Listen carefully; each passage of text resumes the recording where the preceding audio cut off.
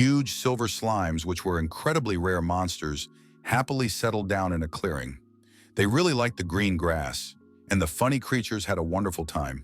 But despite their cute appearance, the monsters remained quite dangerous creatures, so people tried to avoid contact with them. A man ran out onto the clearing, and he did it so quickly and impetuously that it was impossible to warn him about the danger posed by the four slimes. In the next moment, the stranger cut through not only the air around him, but also the monster. The second and third blows were also critical hits on the silver slimes. Finally, the fourth swing of the sword put an end to this short battle. After that, the young man looked around carefully with his emerald eyes, checking the area to see if another monster was hiding somewhere. A player named Takahashi Yukita received a notification about the status and rewards he had earned as a result of destroying the silver slimes. People were amazed by what they saw, because the stranger had killed the monsters, and each one with a critical hit. As a result, he received rare items. This guy was a real lucky charm, and it was hard to compete with him. Takahashi happily examined his new items, which turned out to be of high rank. Armor, gloves, and boots delighted the young man, and he could hardly believe it was true. Most likely it was a reward for all the hardships the guy had endured in his past life. Takahashi Yukita was once a bronze-ranked adventurer. He was a frail old man with a gray beard and long hair. He lived in the Tokyo underground on the first floor and moved around with the help of a sword, which he used as a walking stick.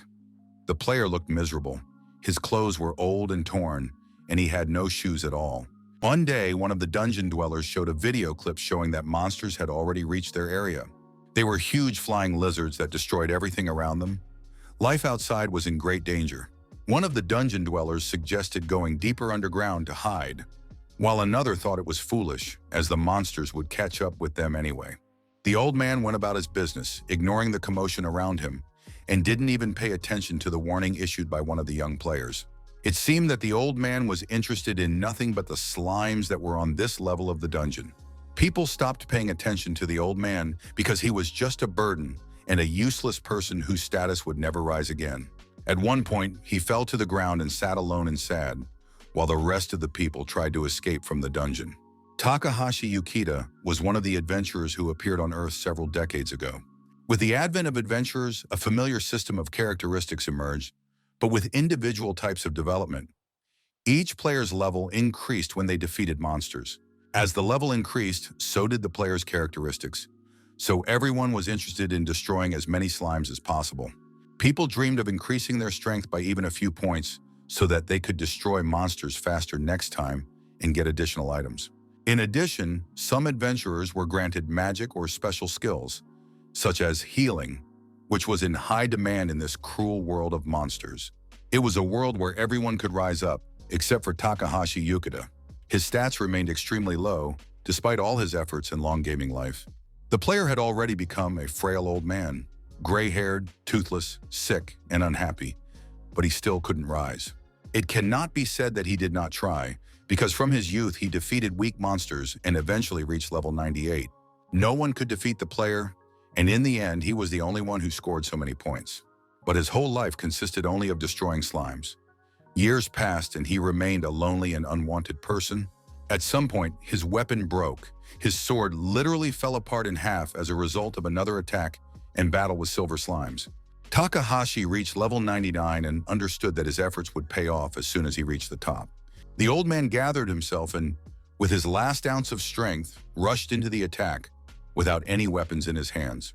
He began the battle with his bare hands, realizing that his stats were simply delayed, because it couldn't be any other way. The player had already lost his human appearance, but tearing open the slime, he found its core and eagerly ripped it out of the creature. An animalistic grin distorted the man's face, and he devoured the monster's core, hoping that the most important event of his life would now take place and all his suffering would be rewarded. Soon, information appeared that the man had indeed reached the maximum level. Takahashi was happy and hoped to receive bonuses to restore his health, gain vitality, and continue his happy life. The notification said that the man's strength had increased by 1 point, and now his efforts would be rewarded. However, another dose of disappointment made the player cry and curse his life. It was all for nothing, and Takahashi got nothing but a confirmation of the highest level. His vitality, endurance, agility, and speed remained the same, Hope finally left the old man, and he could no longer bear this life, which turned out to have been lived in vain. Since childhood, everyone had looked down on the man. One of the main disappointments of his life, Yukita considered, was that he had let his family down. He had been unable to save his loving mother, who had died of illness, or his unfortunate sister. His life had been futile and useless, and now it had come to an end. Death had arrived. Suddenly, an error occurred in the Takahashi Yukita character system. The life restoration and rollback function was activated. Hidden parameters were discovered, and bonus characteristics were added as compensation. With difficulty, he opened his eyes and saw the figure of an unfamiliar woman in front of him. She congratulated Mr. Takahashi Yukita on becoming an adventurer and presented him with a personalized medallion. The young black-haired, well-built young man with emerald eyes received the medallion, trying to understand what was happening around him. His confusion raised questions, but the young man became embarrassed and said that everything was fine. Takahashi stepped aside to calmly remember what had happened and figure out where he was and at what level. The date on the calendar coincided with the day he registered with the Adventure Guild. Trying to remember the previous events, the young man recalled that before his death, he had seen information about bonus characteristics. He decided to urgently check the characteristics window. All the indicators were, as usual, at a negligible level. However, an additional line caught his attention. Takahashi read it carefully and realized that he had received the luck option, along with 9,999 points. This was incredible because in his previous life, such an option did not exist at all. Most likely it was a hidden parameter. Of course, it was surprising because the young man still remembered himself as a person with 70 years of failure behind him. Takahashi decided not to wait long and immediately test his new ability by hunting slimes. He descended into the Tokyo underground to the first floor of the Imperishable Traces, which was a clear sunny day in the mountains, with green plains and small trees. The player looked around carefully and immediately noticed the objects he was looking for. It was a group of slimes happily grazing on the grass, looking like very harmless creatures. To Yukita's delight and in relief, he saw a silver slime, an incredibly rare monster. In his previous life, the player had only encountered a silver slime once. And then the monster was able to avoid battle because it ran away as soon as it saw the person. Silver slimes granted an unprecedented amount of experience points, and Takahashi prepared to destroy it. Silver slimes were famous for their elusiveness, and when the guy was just a step away from striking, another player, an archer, scared the monster away with his shot. To Takahashi's surprise, the silver slime did not run away, even though it should have disappeared because of the noise. On the contrary, the creature prepared to attack the player, but Takahashi in turn also rushed into the attack, raising his sword toward the silver slime. They clashed in attack, and the pairing began. This time the player was fast and strong enough to cut through the silver slime and destroy it with a single move. The sword couldn't withstand the blow and broke, because silver slimes were extremely durable. The player decided to buy a new weapon and opened the characteristics window, when suddenly he noticed a strange glow behind him.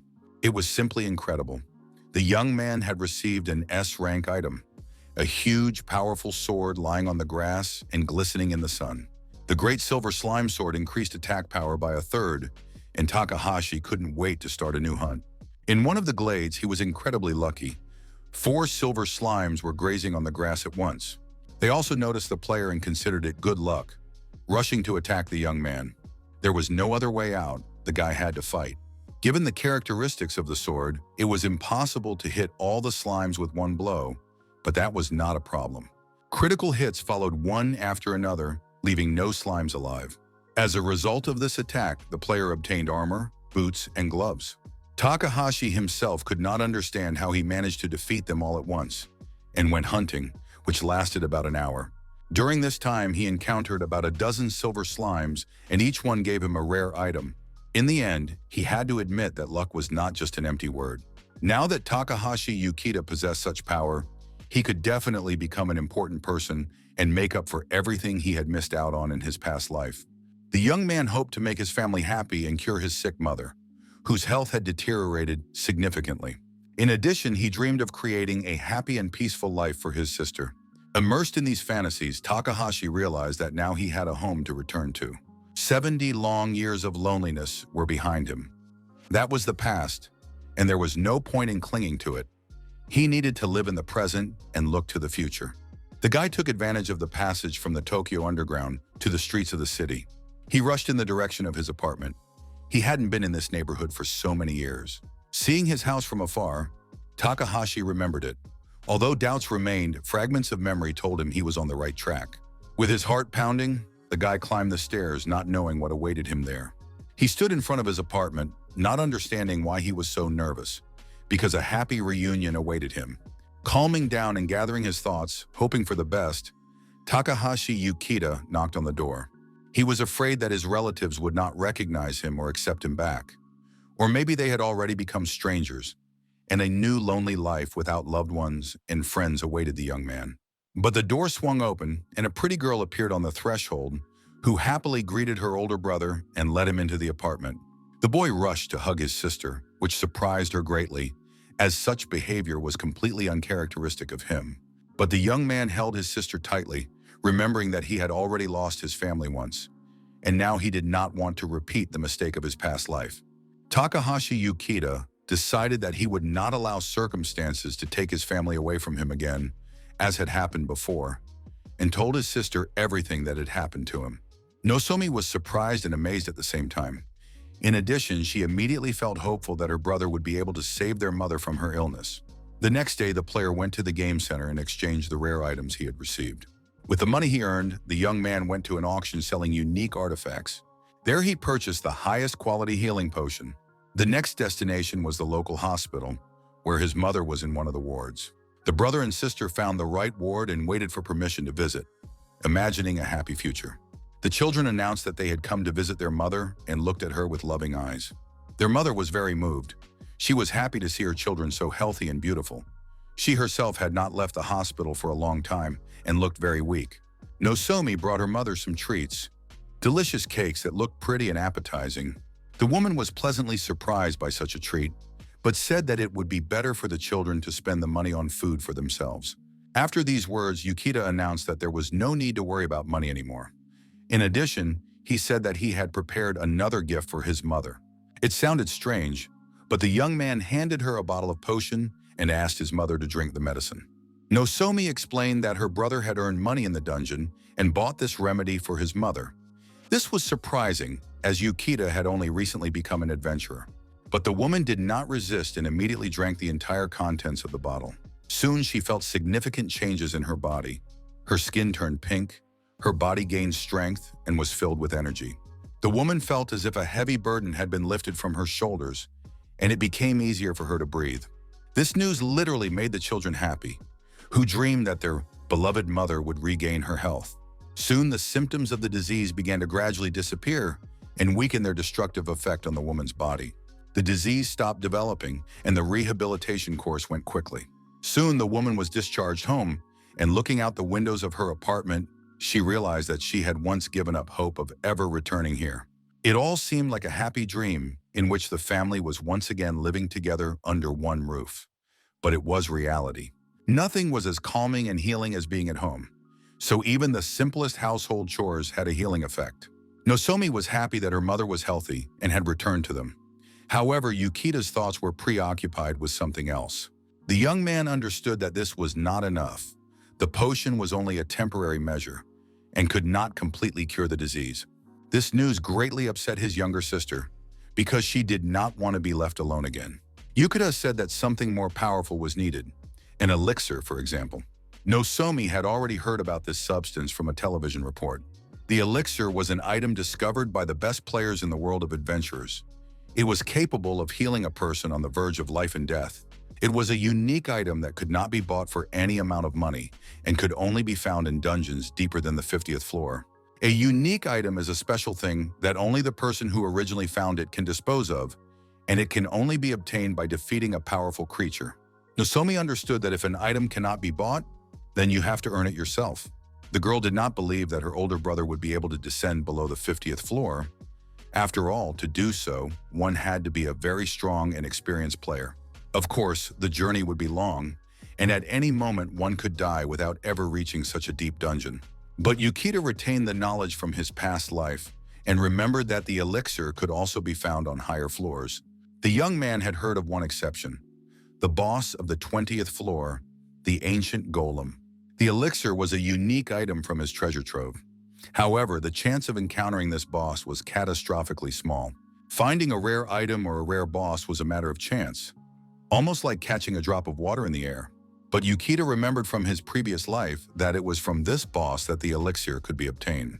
Now the guy was counting on his luck and was confident that he could handle this task.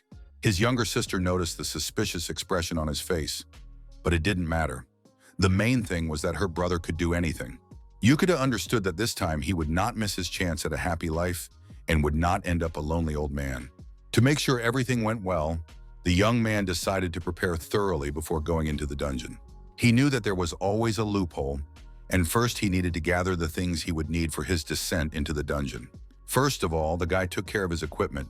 He activated the great sword of silver slime and also put on the silver slime's tear cloak, which reduced the damage he received by a third. Naomi was surprised that her brother did not wear heavy armor for the dungeon expedition. Yukita said that he simply didn't have the strength, because the armor was indeed very heavy. The young man checked the stats window and realized that he could only hope for luck. His stats were still low, and he couldn't count on full equipment. But then his younger sister suggested a way to improve his stats before encountering serious monsters. She reminded him that there was a fifth floor. This floor was rarely visited by players because most of them immediately sought to fight strong opponents. It was called Alice's Crown. By killing the local monsters, it was possible to obtain a rare item, a magic fruit. Yukita agreed that it would be more logical to start with this dungeon, and grabbing the snacks his sister had packed, he set off on his journey. Taking a supply of food and the silver slime sword with him, Yukita began his quest for the elixir for his mother's health. The Alice's Crown dungeon was a gloomy forest where sunlight hardly penetrated. It seemed as if it was always night there. The trees were covered with mushrooms, and a light mist enveloped the area. Yukita arrived on this floor and began to study the surroundings. Almost the entire space of the dungeon was filled with plant-type monsters, so it was easy to lose your way. However, the dungeon was considered low-level and had long been partially cleared by other adventurers. The young man used a map to avoid problems and search for monsters. Soon he reached the lair of the Ents, humanoid trees. The Ents lay in wait, camouflaged as part of the surrounding forest. Their mimicry was almost flawless. The young man picked up a stone and threw it at one of the nearby trees. He knew that the roots of the Ents grew in an unusual direction and that their leaves had no veins. The stone bounced off the trunk, and the tree, unable to withstand the insolence, twitched, thus giving itself away. Soon the monster realized that it had been exposed and stopped pretending to be a tree. Bright eyes appeared on the trunk, and the upper branches turned into paws with sharp claws. The young man realized that his tactic had worked, and with the help of the stone, he quickly identified his opponent. One critical hit with his sword was enough to destroy the Ent. Yukita realized that with this approach, he would be able to complete the task and earn the required number of points. After the monster's death, the magic fruit immediately appeared in the player's inventory. The young man immediately began to eat it. The fruit was almost ordinary and tasted like something between a pear and an apple. However, the taste was irrelevant. The main thing was that his stats began to gradually increase. Thanks to the magic fruit, even though its effect was insignificant, even Yukita could feel an increase in strength. After that, a fierce hunt for Ents began. The player fought and ate, fought and ate. After a while, the young man checked the stats window and realized that his stats had reached an average combat level. It was time to wrap things up and head back, because at this stage, eating fruit was no longer beneficial. Suddenly, something moved behind the player. The movement was so swift that the young man did not have time to see it. The guy barely managed to stay on his feet when two strangers appeared in front of him. These villains decided to teach the newcomer a lesson in good manners. He couldn't take all the loot for himself, and they were going to take away the points he had earned. These players did not have adventurer IDs around their necks, and Yukita realized that they were bandits who preyed on others. The villains considered Yukita a spoiled boy, dependent on his equipment, and promised not to kill him if he gave them his items. The next moment, one of the scoundrels was already lying dead on the ground. Before that, the enemy had used the bee sting thrust technique, which was a level 25 skill. In other words, the enemy was much stronger than Yukita. The bee sting thrust guaranteed an accurate hit that was impossible to dodge.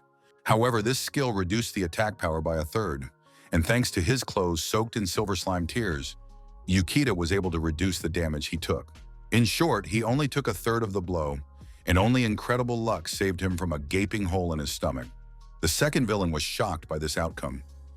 He couldn't believe that his comrade Yamada had been knocked out with a single blow.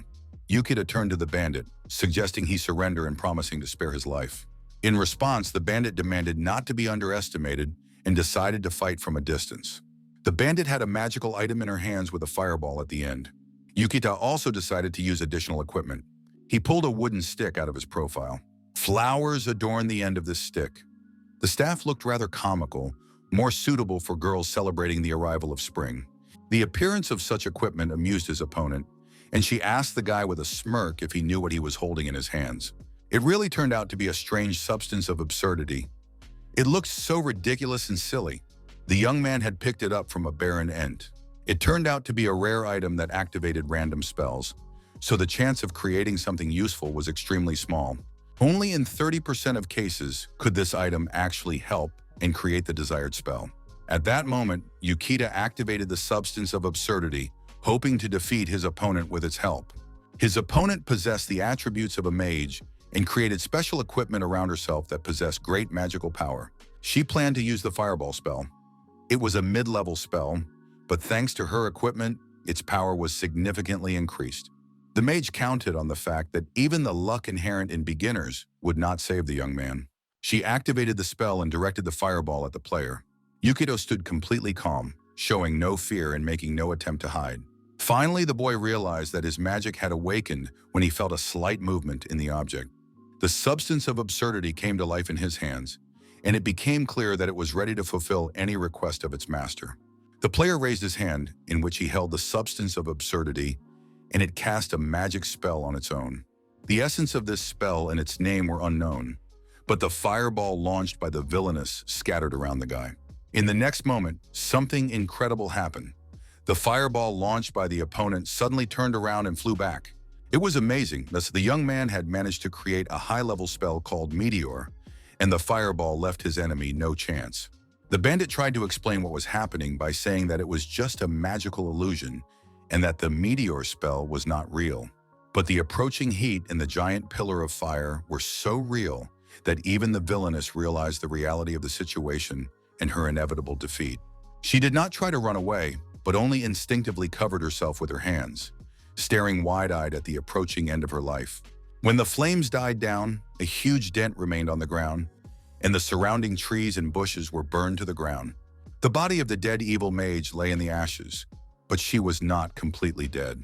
Yukito had strained so hard trying to activate the spell with the substance of absurdity that he ended up breaking it. But he had no time to mourn this, so he simply threw away the damaged item and moved on. Yukito realized that he was incredibly lucky, which was not the case in his past life, and therefore future battles no longer seemed so frightening and insurmountable to him. 2 bodies of dead bandits remained at the scene of the battle, and the guide decided that they couldn't just be left there. Yukito used his abilities to carry the bodies outside so he could neutralize them. Once they got out of the dungeons into the real world, the dead villains came back to life, and the young man had to tie their hands and feet so they couldn't escape. After that, the young man handed the villains over to the police because their activities were criminal, and such behavior in the game world was punishable in the real world as well.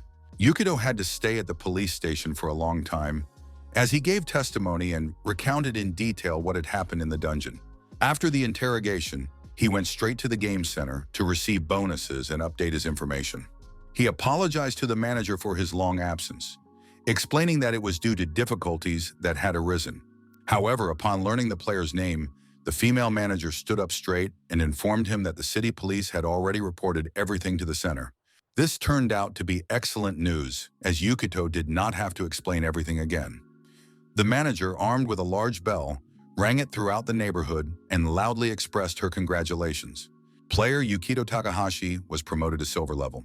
The guy couldn't believe his ears, thinking there must be some mistake, because in his opinion, he hadn't done anything special. He had just fought some ents, eaten too much fruit, and neutralized 2 bandits. Achieving silver rank is no easy task. Even talented people usually need about 3 years. To obtain the silver rank, you need to obtain rare items and defeat many monsters. In other words, make a significant contribution to the guild's work. However, the manager said that there was no mistake because the young man had caught 2 members of the Crimson Hands gang. The Crimson Hands is a large criminal group so powerful and dangerous that the guild rewarded Yukito with a promotion to silver rank for capturing or killing its members. The manager confirmed the young man's guess, saying that he had indeed worked hard and earned enough points. It turned out that these two possessed power comparable to that of the adventurers of the Silver Age, and were much stronger than Yukito had thought. The female manager admired the young man's modesty, as he continued to insist that he was just lucky. But this modesty was perfectly suited to an adventurer of his rank. The accessible floors were determined by the adventurer's rank. Bronze ranks could only go down to the 10th floor, silver ranks to the 30th, and gold adventurers had no restrictions at all. Yukito admitted that he would like to reach at least the 20th floor. The manager said she believed in the player, but warned that this place was very difficult to clear. She strongly advised against going there alone, as the 20th floor was a serious challenge even for strong players. Yukito left the game center, thinking that he had advanced through the levels much faster than he had expected.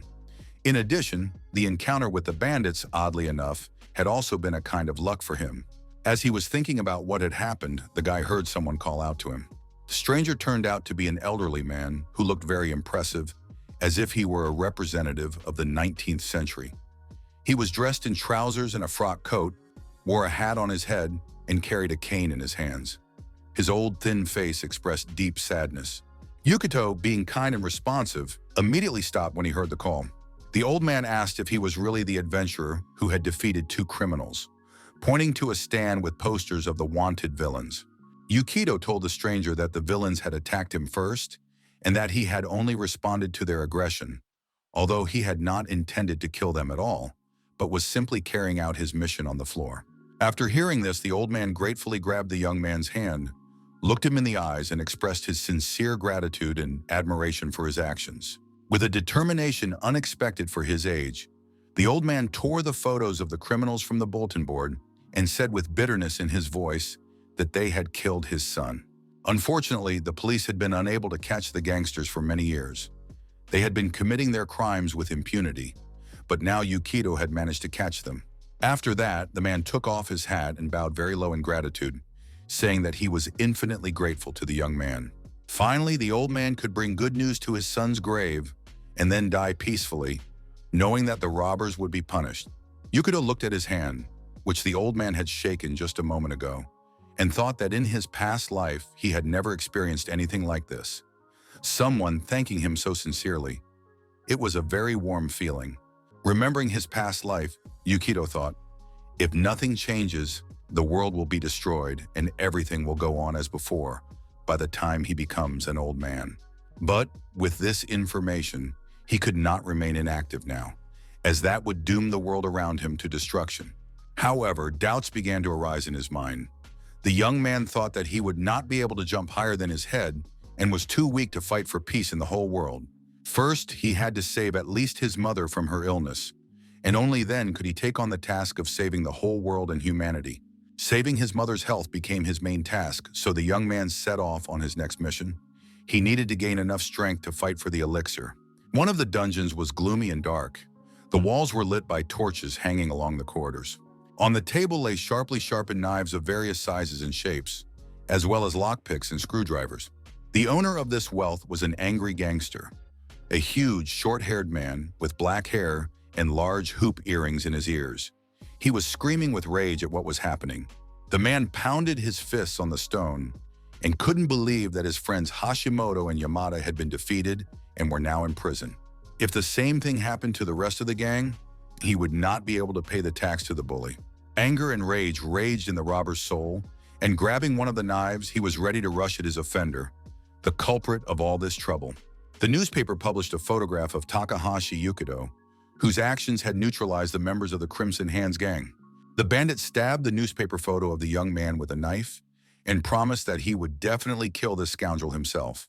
But soon common sense prevailed, and the robber put the knife back on the table. The man decided to be cautious. Yukito had single-handedly defeated two serious gangsters, which meant that the young man was clearly not lacking in strength. The robber decided to use other methods in which the young man's strength would not matter. He walked over to the coat rack and took down a blanket. Wrapping it around his head and almost completely hiding his face, the bandit declared that the stranger's luck had run out at that very moment. Time passed and Yukito gradually moved closer to his cherished goal. He was now on the 15th floor of the dungeon. Soon he would reach the elixir and save his mother. The 15th floor was a mountainous area with protrusions. It was necessary to climb to the peak of the lonely mountain of death. There were many winding and narrow passages in this dungeon. The terrain was treacherous, and due to its geographical features, it was difficult to clear with a group, so it was easier to move around here alone. In addition, it was easy to hide in this place. The floor had a bad reputation as a hotbed of crime where many people had disappeared. Yukito decided not to drag his feet and realized that this was the perfect arena for a lone hunter like him.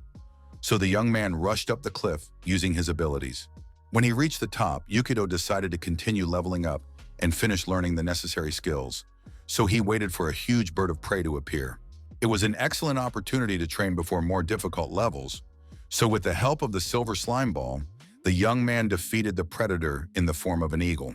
Initially, the young man wanted to level up by killing only silver slimes, but apparently he killed so many of them that they stopped appearing in his path. Therefore, he decided to exterminate as many monsters of other species as possible, and after the slimes, stronger mobs followed. There were also strange creatures, round, one-eyed stones that rained down on the player. He also destroyed powerful and dangerous bears without much trouble. As a result of these actions, Yukito received more and more valuable and unique items in his inventory. Hiding behind a rock ledge and covering his head and face from the gaze of other players, the bandit watched Yukito, trying to plan his revenge. He noticed that the guy was alone and had a great silver slime sword, but he had almost no armor. The villain believed he could defeat such an opponent, but to do so, he needed to observe the guy a little longer. Unsuspecting Yukito continued to destroy monsters, striving to improve his game stats. The bandit decided that the young man had encroached on his territory, but he still did not dare to attack right away. He noticed that Yukito had not left the dungeon for the night, but had set up camp, which suggested that he planned to stay on that floor. The bandit had an evil idea. He decided to take revenge without getting involved himself. Under cover of night, he left for his hideout. This was his territory, and the scoundrel considered himself the boss here. In the world of monsters and animals, there are food chains, and the villain was going to take advantage of this. At the bottom were ants and locusts, then mantises, and at the top of the pyramid was a predatory flying bird. The bandit found the bird's nest with a small chick and waited for the right moment. As soon as the bird was distracted by its young, the villain crept up behind it and stabbed it with a knife, not even sparing the little chick. According to his plan, it was necessary to reduce the number of predators, which is what he set about doing.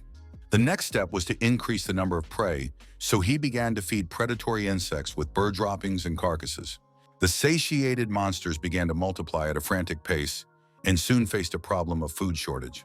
They began to attack their opponents. Despite being weaker, their ecological pyramid was collapsing. The irreversible mass reproduction of insects was the next stage. Soon all the dark corners of the dungeon were littered with the eggs of predatory locusts. After waiting for the right moment, the villain decided it was time to put his plan for revenge into action. He prepared for a terrible attack, counting on the wave of predators to destroy anyone who stood in his way. This plan was a brilliant solution because it did not resemble a typical murder and could not lead the police to the real culprit. The villain planned to make it look like an accident, as if an unlucky adventurer had accidentally stumbled into the monster's lair. This situation was not supposed to attract public attention, so the villain considered his plan to be simply perfect. He used a monster insect repellent to complete his revenge. The bandit poured the repellent on one of the insect egg clutches, causing them to become extremely angry and ready to attack. When the enraged predatory creatures took to the air, not understanding what was happening but clearly sensing that they could no longer remain in their habitat, the villain directed them toward Yukito Takashi so that the predators would devour him whole. The villain dreamed that not even a bone would remain of his opponent, and that the young man's death would be long and painful for what he had done to the bandit's friends.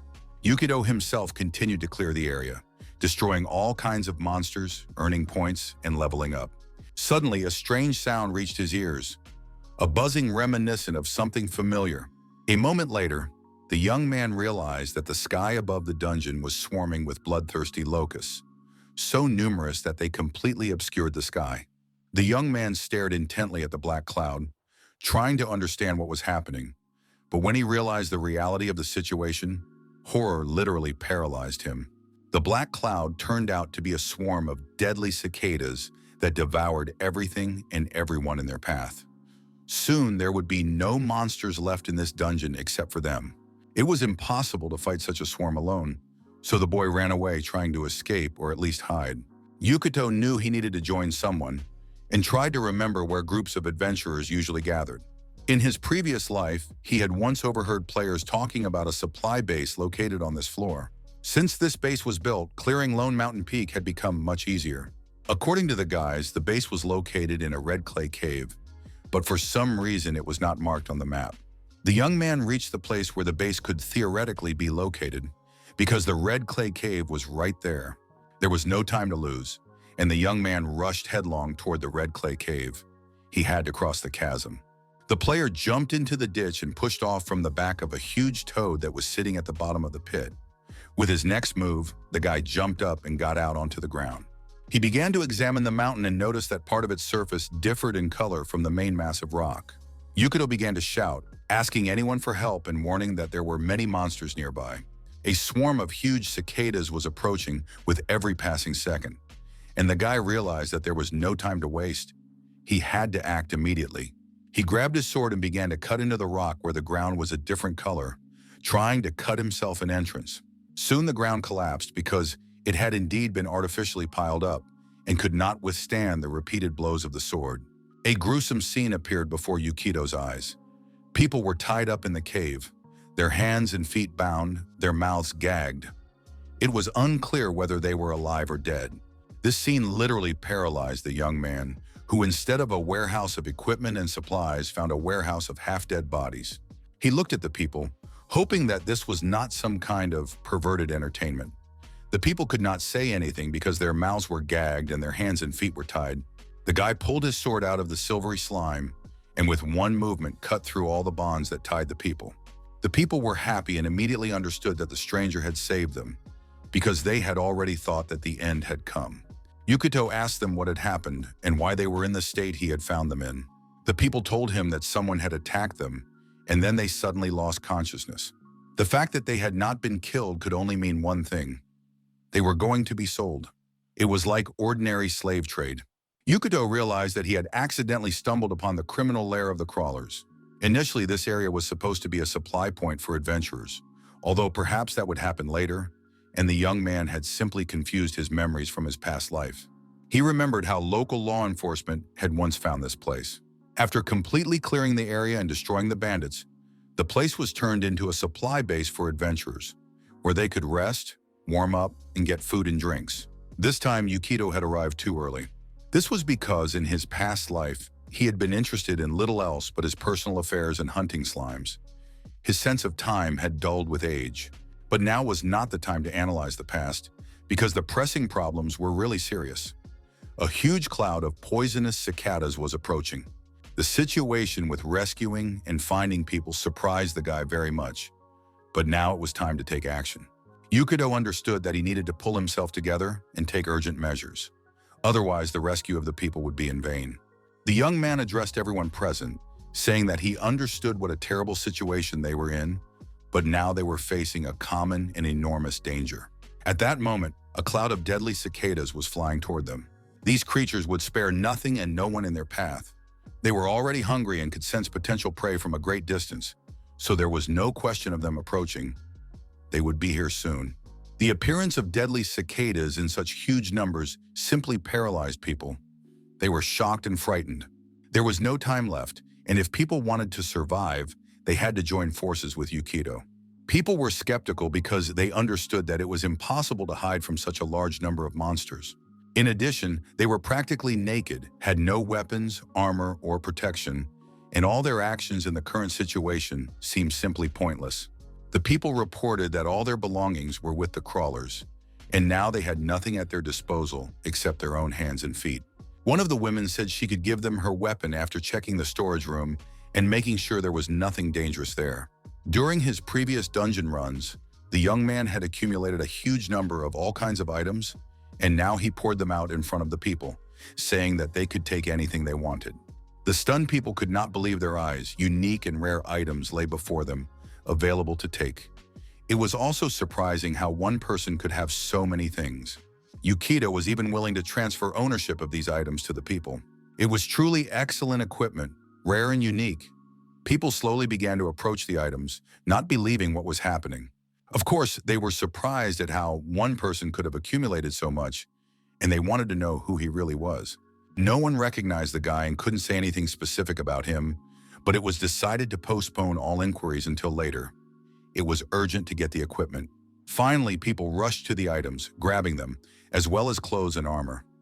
In addition, they took protection and other important equipment, still wondering if they were really allowed to take it.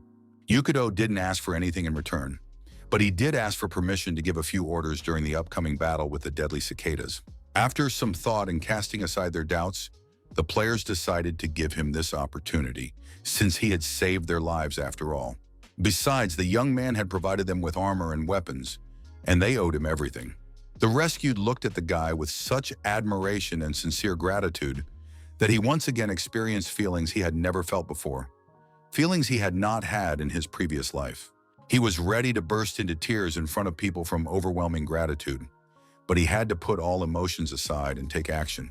Yukito suggested using the narrow entrance to the cave to prepare for the encounter with the deadly cicadas. It was clear to everyone that humans would not be able to fight this huge number of flying monsters at once. The cicadas outnumbered them by hundreds of thousands. But the humans had to try to kill as many creatures as possible, and now everyone had to think about how they would do it. It was necessary to meet the monsters at the entrance to the cave, destroy them, and not interfere with their comrades performing the same task. This way, people could take turns killing the cicadas as they flew in, without getting too tired. The battle began, and people tried with all their might to use all the weapons at their disposal and gradually exterminate the flying monsters. They used conventional weapons, fire, and magical abilities. The entire arsenal was deployed to its fullest extent. The rock was like a living swarm. Locusts covered it, and still many monsters had to wait their turn to eat their prey. The deadly locusts were very hungry because they had not eaten for a long time and were already devouring the bodies of their own slain comrades. The passage was too narrow, and the crush among the locusts was insane. People also noted that the number of creatures was simply enormous, and there was no end to them, even though people continued to kill them. With each passing minute, it became clear that nothing was working, and it was unclear whether the situation would change for the better. Suddenly, Yukito noticed the cave ceiling, from which stones and sand began to fall. The young man ordered everyone to retreat, but not to break formation and to continue fighting off the deadly cicadas. The ceiling continued to crumble and collapse, covering the predators with earth. The people barely had time to jump out of the way before the ground collapsed where they had been standing, and the swarm of deadly cicadas, exerting even greater effort, rushed in pursuit. The monsters were already quite hungry, and their huge jaws left nothing alive in their path. There was simply no hope of rescue. The people scrambled deeper into the cave, realizing that at this rate, the cicadas would soon destroy the mountain.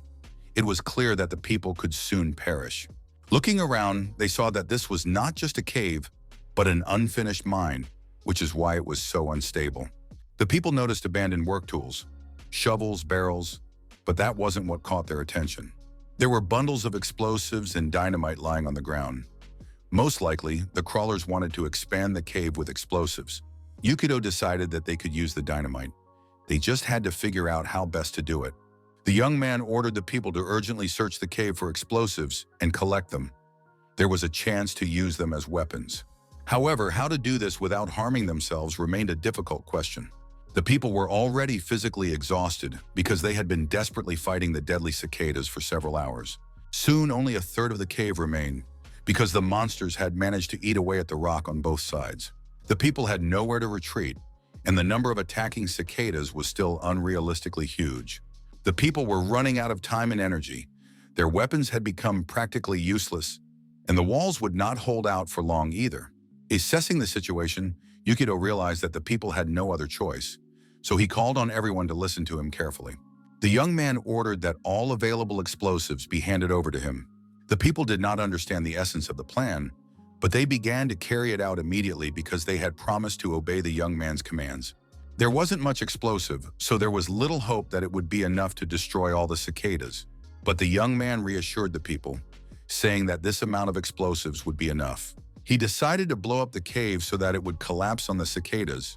These monsters were not very intelligent and primarily targeted what posed the greatest threat to them. Simply put, the cicadas would attack the person who had killed the most of them, and that person would be Takahashi. But it soon became clear that they had to act immediately because there was already a huge hole in the ceiling. The young man ordered all participants in the fight to run away. People were shocked, realizing that the guy would soon die. However, he convinced them that he knew what to do in this situation, and the people rushed out of the cave while they still could. Yukita asked them to trust him, and since there were no other options, they had to comply with his unrealistic request. Soon the guy was left alone, and before him stretched a whole sea of angry, hungry, deadly cicadas, dreaming of sinking their sharp jaws into him. Sometimes you have to take risks to get through a difficult situation, and now was one of those moments. Yukita activated the explosives and pushed himself off the ground, jumping upward. The warning said that the guy had no detonation skills, but this was exactly the case when the young man hoped for luck. Soon the system worked, and the detonation was activated. A huge, powerful explosion rang out in the cave, causing most of the deadly cicadas to be blown to pieces or burned in the fire that followed the detonation. The shock wave threw the young man back, but he activated his jumping skill and, pushing off from the crumbling walls of the cave, managed to get out of the epicenter of the explosion. He then gripped his silver slime sword with both hands and prepared to deliver a slashing blow. The strike was successful, and all but one of the deadly cicadas were killed. The huge, monstrous insect did not even think of saving its life, but continued to stupidly approach its end. Yukita struck again with a power strike, and it was clear that he would quickly deal with the lone cicada. In addition, the bee-sting strike hit its target precisely. After cutting down the last monster, the boy jumped out of the abyss, pushing off from the walls. People watched the fight in amazement, not believing their eyes and admiring the young man's feat. At one point, it seemed that the boy would fall, but the silver slime sword came in handy, and Yukita stuck it into the mountain to hold on. However, the rocky surface was too solid, and the sword slipped. At the last moment, it became clear that there was nothing to grab onto. It seemed that the end had come. And just as the boy was falling, realizing that nothing could save him, it turned out that the people had managed to get their bearings and threw him a rope loop. Takahashi grabbed it, clutching the rope tightly in his fist, and all he had to do was wait for the people to pull him out of the abyss. When the initial excitement subsided and everyone was able to comprehend what was happening, the guy sat at the top of the cliff and looked at the huge mass of dead bodies, realizing that he had won. People looked at their savior with admiration and love. Yukita had become a real hero to them and made them believe in miracles. It was also nice to know that after such a serious battle with a huge number of monsters, there were no casualties among the people. The system reported that a large number of monsters had been destroyed, and the young man received new bonuses and reached higher levels. In the secret location where the bandits from the Crimson Hands gang were based, a real massacre was taking place. The villain who had orchestrated the attack of the deadly cicadas was furious because the young man had not only destroyed all the monsters, Yukita had also destroyed the bandits' base, and now the gang would punish the villain with earrings in his ears for this. Everything that was happening was his fault, and the villain drowned his anger in copious amounts of alcohol, beginning to plan his next revenge. In the end, he swore that he would personally kill Yukita, even if it cost him his life. After emerging from the basement in the gaming center, the young man felt that the atmosphere around him had changed. He had become a real hero. People approached him on the streets and, recognizing him, thanked him for his bravery and for saving others, and also wanted to meet him and take pictures with him. It even got to the point where Yukita was nicknamed the Mountain Crusher. Various groups invited him to join their guilds, but the young man was not interested in any of that. His only goal was to earn the elixir, so he didn't want to join any groups or teams, fearing that it would delay the creation of the elixir. The thing was, the items earned in teams were distributed randomly, so the guy could wait a long time for a specific item, because the probability of getting it was lower. The more people there were in the team, the lower the probability of winning and the more time it would take to collect the ingredients needed for the potion.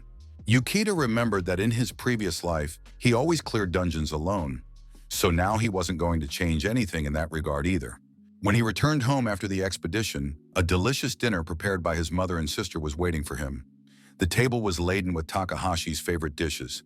The family gathered around the table to enjoy a delicious meal and celebrate their favorite son's latest achievement. Although the family lived very modestly, they always celebrated holidays. Naomi admired her brother and was very happy that he had already reached level 20. Mom was very worried because she had heard that after this level, the dungeons become exponentially more difficult. His sister was also worried about Yukita because she had read that only 15% of players were able to pass the 20th level. Takahashi tried to reassure his beloved women, saying that they should believe in him because he was capable of many things. His mother was very proud of her son's actions, which had saved so many people, and hung a newspaper article about Takahashi in his room. However, she asked him not to forget about himself, because no parent wants their child to sacrifice themselves for others. The young man wanted to say that no child would want to bury their mother either. He had already experienced this horror once, and now did not want it to happen again, trying to avoid the situation in his current life. Nozomi understood that her brother was too stubborn, and that it was impossible to change his mind. The boy asked her once again not to worry about him because he was doing this of his own free will. In his past life, he had failed to save his mother, and every time he remembered this, his heart bled. In order to erase the bad memories of the past and start life anew, he simply needed an elixir that could cure his mother. The next dungeon Takahashi went to was the 20th level Tokyo dungeon called the Great Wall that defies the laws of physics. This dungeon consisted of concrete corridors where monsters with stone bodies could be found. Yukita dealt with them quite easily, even though they were huge and strong. The monsters on this floor were made of inorganic substances, but the silver slime sword was very effective against these stone beasts. These monsters were dangerous and cold-blooded killers, lifeless creatures devoid of any empathy, simply soulless instruments of murder. But the boy had no intention of engaging in any dialogue with them. He soon realized that all the monsters acted according to the same pattern, and thus the young man quickly advanced deeper into the dungeon. However, the time came to encounter one of the largest monsters in this dungeon, a creature resembling a pyramid made of huge stone blocks. Its hands were like a real stone press, and one blow from this fist split the floor and walls of the dungeon. However, this primitive monster acted according to a single pattern, and Takahashi soon memorized it, after which he was able to easily avoid attacks and counterattack in response. Acting in this way, the young man soon reached the last hall of the dungeon, destroying all the monsters along the way and gaining levels and points. Standing in front of the huge door, the guy realized that the time had come. From today, he would start a new life. The last hall of the dungeon was gigantic. All kinds of pentagrams and inscriptions in ancient languages were drawn on its floor. The door to the dungeon slammed shut behind the guy, and a huge monster boss appeared in the middle of the hall, taking up almost the entire room. It was an ancient Gollum, a level 20 boss. Its appearance could scare any player. Its attack was incredibly powerful, so it was necessary to avoid getting hit by its fists. But that was the extent of the ancient Golem's difficulty. Its movement speed was quite ordinary. Therefore, an experienced player could handle even such a monster. The young man decided to chip off a piece of armor. During the attack, he noticed a core inside the Golem. It was the monster's weak spot, and by destroying it, he could defeat it. It was an excellent plan, except that a bandit from the Crimson Hands gang happened to be there. He had also made his way into this dungeon and was quietly following the young man, waiting for the right moment to kill him and leave him here forever. The battle was in full swing when the hall was suddenly illuminated by a red light, welcoming the monster boss. This monster had a sphere in the center with a core of a different color, lilac pink. It was unreal, but it turned out that there was someone else in this dungeon besides Takahashi. The problem was that the guy didn't sense anyone else's presence, but in general it was to be expected that there would be uninvited guests. However, it was clear that this player was high level. A beginner would never have gotten involved in such a battle, and now both players were at level 20. These thoughts were suddenly interrupted when someone's knife, thrown from nowhere, had to be deflected with the silver slime sword. The bandit was extremely dissatisfied, realizing that the young man had excellent reflexes and that his latest trick had failed. The villain, however, was not discouraged, realizing that he still had the upper hand. After all, he was not fighting monsters and could see his potential victim, Takahashi Yukito. The day before, the bandit had gathered information about the dungeon the young man was heading to. It was immediately clear that this monster boss could not be defeated alone. The player's website said that a group of at least 4 people was recommended. The villain made his way to the last stage of the dungeon in order to automatically summon a second golem. But unlike Yukita, the bandit didn't have to worry about fighting monsters because they simply didn't notice him. The villain was a thief, and his level was high enough that, with his stealth skills, he was completely safe using cat's footsteps. The bandit decided to tease the enemy to provoke him into attacking the guy. After that, he used his shadow double ability, continuing to move through the dungeon, and threw an invisible cloak over one of the monsters. At some point, the young man could no longer see his opponent, and this could seriously complicate his situation.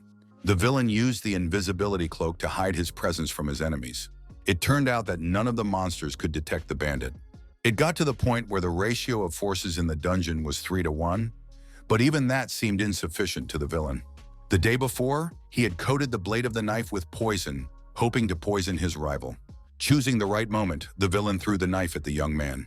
He had no intention of engaging in open combat, but simply wanted to corner Takahashi.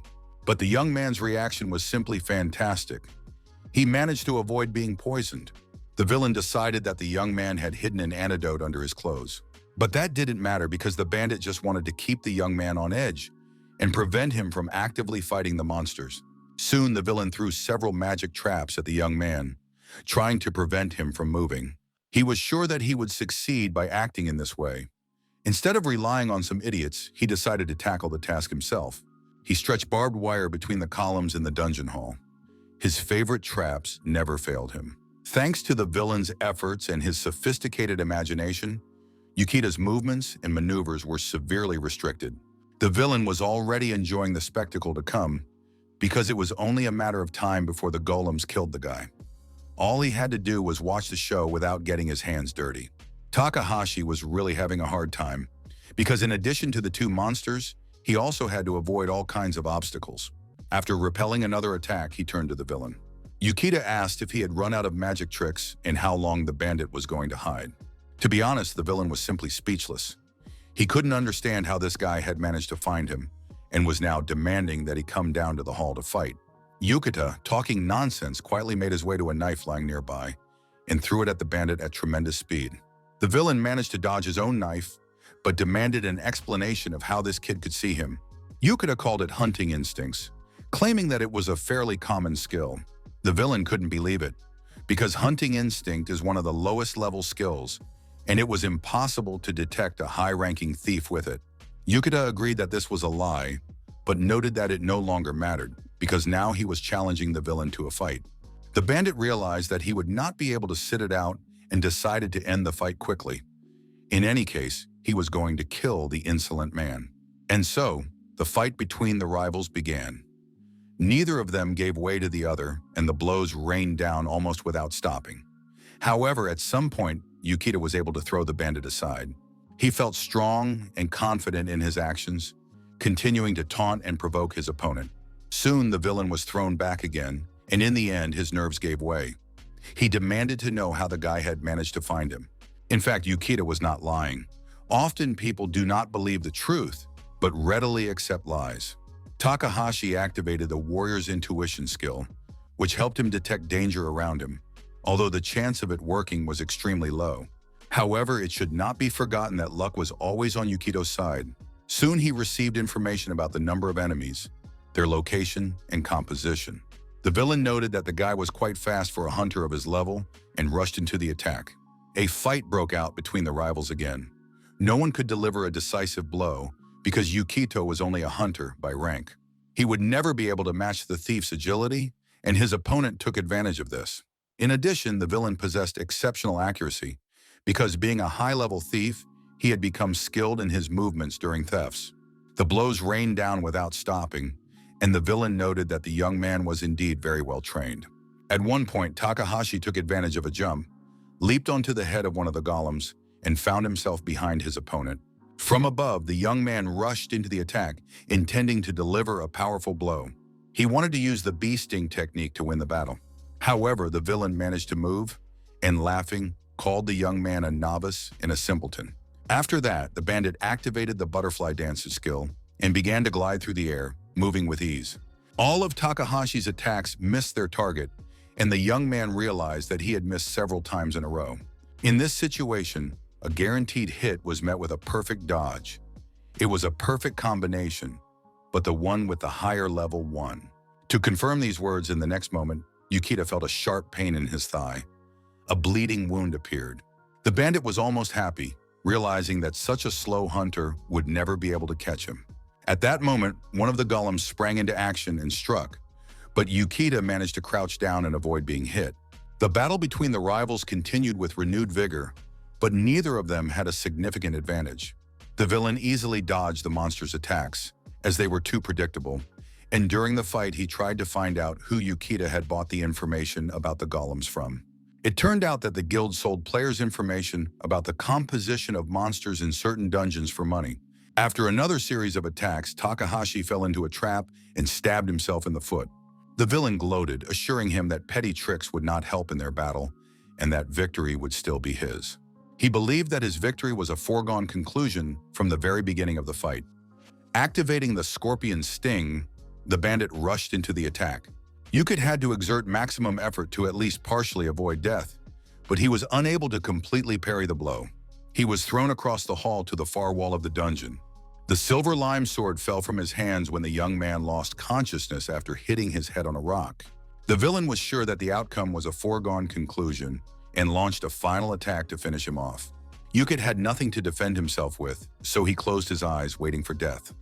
After all, he was cornered, and two swords were already rushing towards him. But oh my God, what was that?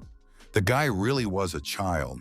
He stuck out his tongue, teased his opponent, and said he was just joking. Just as the villain was about to stab him with his sword, the young man activated a gravity trap. Thus, the bandit found himself trapped in a sphere hanging in the air, completely defenseless against any attacks, unable to do anything.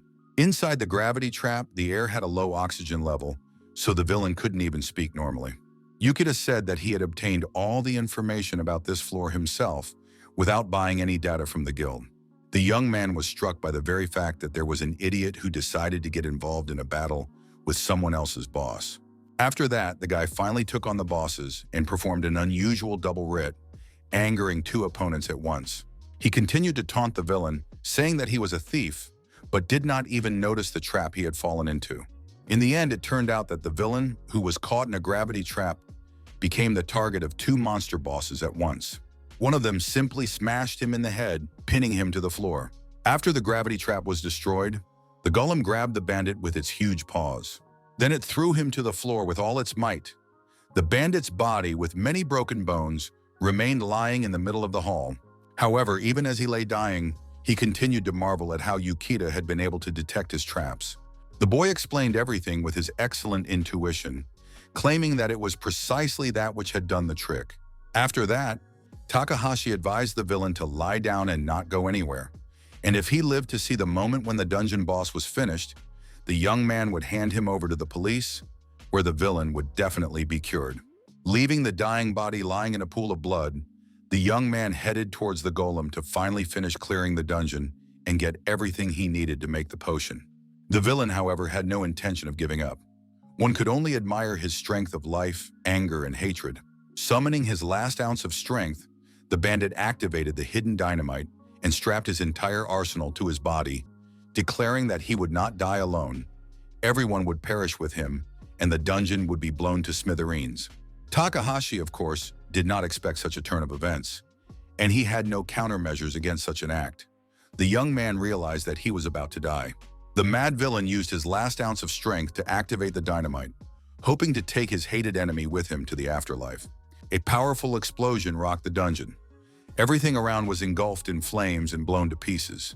A huge hole remained where the bandit had been lying, and the entire dungeon was reduced to a pile of rubble.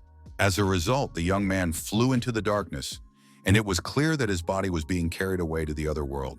At least he had tried to change something in his life. However, the landing was not soft at all. The guy slammed into the stone floor with all his might. The impact brought the young man to his senses. Everything hurt, but he had to endure it. If it hurt, it meant he was still alive. Looking up, Yukita realized that the explosion had broken through the dungeon below, and he had fallen through, while the monsters on the upper level remained safe and sound. The guy felt awful, so bad that he knew he wouldn't be able to get up. He tried to look around to figure out where he was and which direction to go. At that moment, both golems jumped down and landed next to the boy. Yukita realized he was surrounded, and once again thoughts of imminent death flashed through his mind. Sitting on the floor with broken legs, the young man noticed a glowing object near the far wall of the room. It turned out to be a chest that emitted a magical light. What was inside was unknown, and the young man did not know if it would help him in his fight against the golems.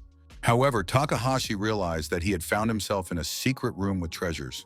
The room was too small to maneuver in, and one of the golems almost completely blocked the way to the treasure with his body. The young man realized that he would not be able to win in a fair fight against two bosses at the same time, so he decided to put his hope in the contents of the chest, which might save his life. With these thoughts in mind, he rushed between the golem's legs and managed to slip through a narrow gap. Then, activating his jump, he leaped over the boss, intending to land near the treasure chest. The monsters were not interested in the chest at all and did not claim it.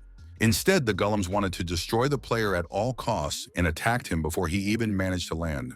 The young man did not have time to regroup to avoid the blow and was thrown against the wall by the golem's fist. He suffered new injuries, but he felt that his spine was intact, which meant he had to move and fight.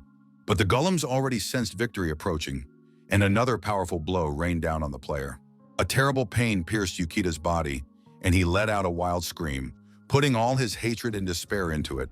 The lower part of his body was a mess. Both legs were broken in several places, and the pool of blood was growing larger by the second. He could have stayed down because he couldn't get up anymore, but he still had his hands, and his goal, and his dream. The pain was so intense that he felt nauseous. He couldn't stand up, but he wasn't going to give up, so he began to crawl slowly on his elbows toward the chest. The golems, intent on destroying the intruder, attacked again.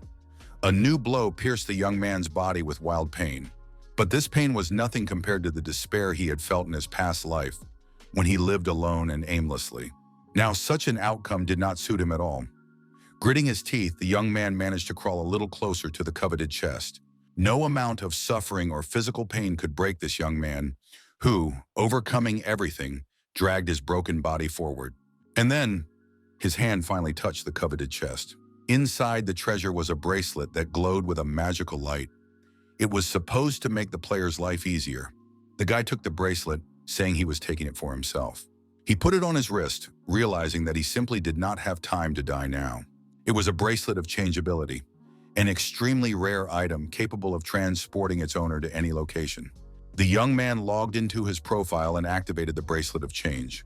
The golem was already approaching, ready to break the player's bones again, and perhaps even kill him, when suddenly the young man received a warning that the magical item was not suitable for his class. The probability of successfully activating the bracelet of variability was too small and almost negligible. But we remember that this young man always had incredible luck. The protagonist desperately hoped to activate the bracelet, realizing that he could only count on luck, but hoping that it would not let him down this time. At that moment, one of the golems smashed the chest containing the treasure in a rage and was determined to kill the young man. Finally, the system confirmed the use of the bracelet, and Yukita programmed the point to which he was going to move, simultaneously swinging the silver slime sword and planning to strike. The boy understood that in this situation, he could not give up and simply had to win, because not only his life was at stake, but also the life and health of his mother. In response, the second golem, seeing that the young man was not giving up, attacked him with his ranged sword. It was very difficult for the young man, and although he managed to damage one of the golems, he no longer had the strength or health to fight the second one. But he had no choice, and Takahashi activated his next move with the bracelet. He still hoped to complete this mission in his favor. The bracelet of change worked perfectly, and the young man landed on the body of one of the golems. Under the hero's feet was the monster's core, which was its weak spot and gave him hope of destroying this huge creature. But distracted by one enemy, the young man did not notice how the second golem approached him from behind and swung its huge hand. The bracelet of changeability saved the young man again, allowing him to move to another place and avoid the blow. In the next attack, Yukita again approached the core of one of the golems, intending to strike as many times as necessary to defeat the monster. The young man thrust his sword between the stone bars that hid the creature's only weak spot.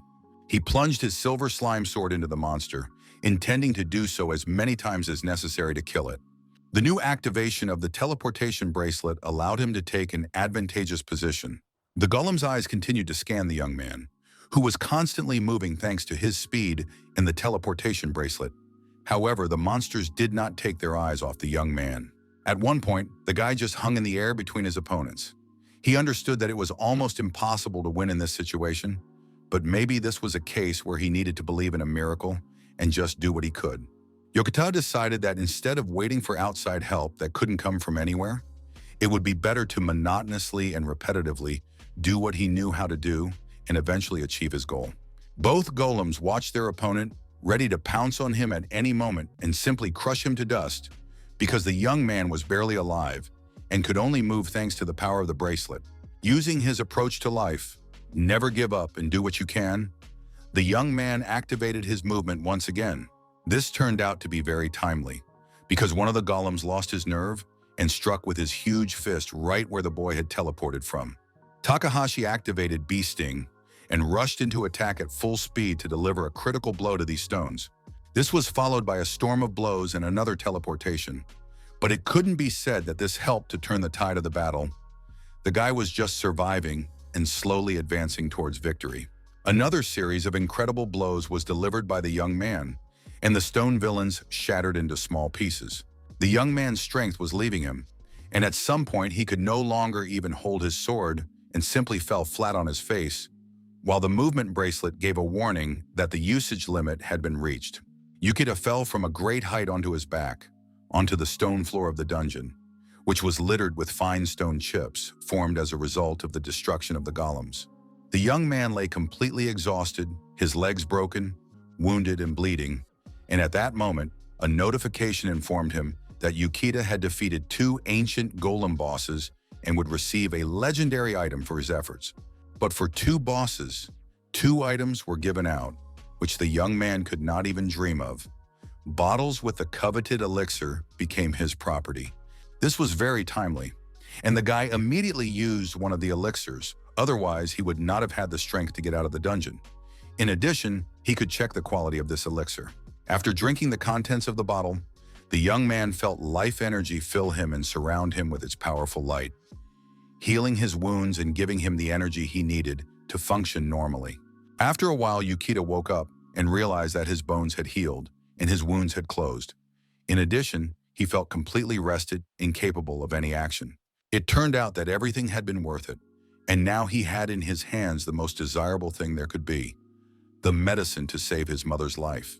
There was no point in lying there any longer. He had to return to life and make others happy, so the guy checked his stats and began to climb out of the dungeon. He wanted to take the criminal he had wounded to the police, but the villain had disappeared. All that remained where he had been lying was a cloak with invisibility powers, stained with the gangster's blood. The young man considered this item necessary and useful and took the cloak with him. After leaving the dungeon, he immediately went to the guild and told the managers everything that had happened to him, as well as about the villain who had sneaked into the dungeon and his subsequent escape. When she saw the bloodstained cloak, the employee was very frightened and rushed to call her boss to resolve the situation. After listening to the young man's story, the guild's chief manager said that the incident needed to be covered in the media. He then asked Yukita to stay and give an interview. The young man had urgent plans because his mother's health was his top priority, and no amount of fame could change that. Yukito announced that he was in a hurry, apologized, and suggested conducting the interview another day. After that, the young man went home. On the streets, strangers recognized the young man they had just seen on television in a report about a young man who had defeated 2 bosses single-handedly and cleared the 20th floor dungeon in record time. But nothing was dearer to the guy at that moment than his own home, because after the dungeon, he already assumed that he might never return there. The happy faces of his mother and sister were the best reward for completing the dungeon. Takahashi gave his mother the elixir, and she drank it immediately. After that, the whole family went to the clinic to check on his mother's health. The attending physician, who had been treating the woman for a long time, said that the new test results showed a complete recovery. The children were absolutely delighted to hear this news from the doctor, and tears of happiness and relief filled their eyes. The doctor confirmed that the effect of the elixir was simply incredible, and the result obtained from its use was truly excellent. The woman looked at her son, still not realizing that she no longer had to worry about her health, and understanding that all this had been achieved and obtained thanks to the efforts of her beloved son. But Yukita, in turn, thanked his mother for raising him and believing in him. And finally, the young man was able to tell her this and do what he had failed to do in his past life. Because, as a frail old man, he constantly remembered his deceased mother, whom he had been unable to help recover. This mutual gratitude and joy deeply moved everyone present. Even Nozomi's sister, despite her cheerful disposition, could not hold back her tears. The girl continued to tease her brother, saying that it would be better if he waited until they got home and then told their mother about his love, rather than attracting attention in the hospital.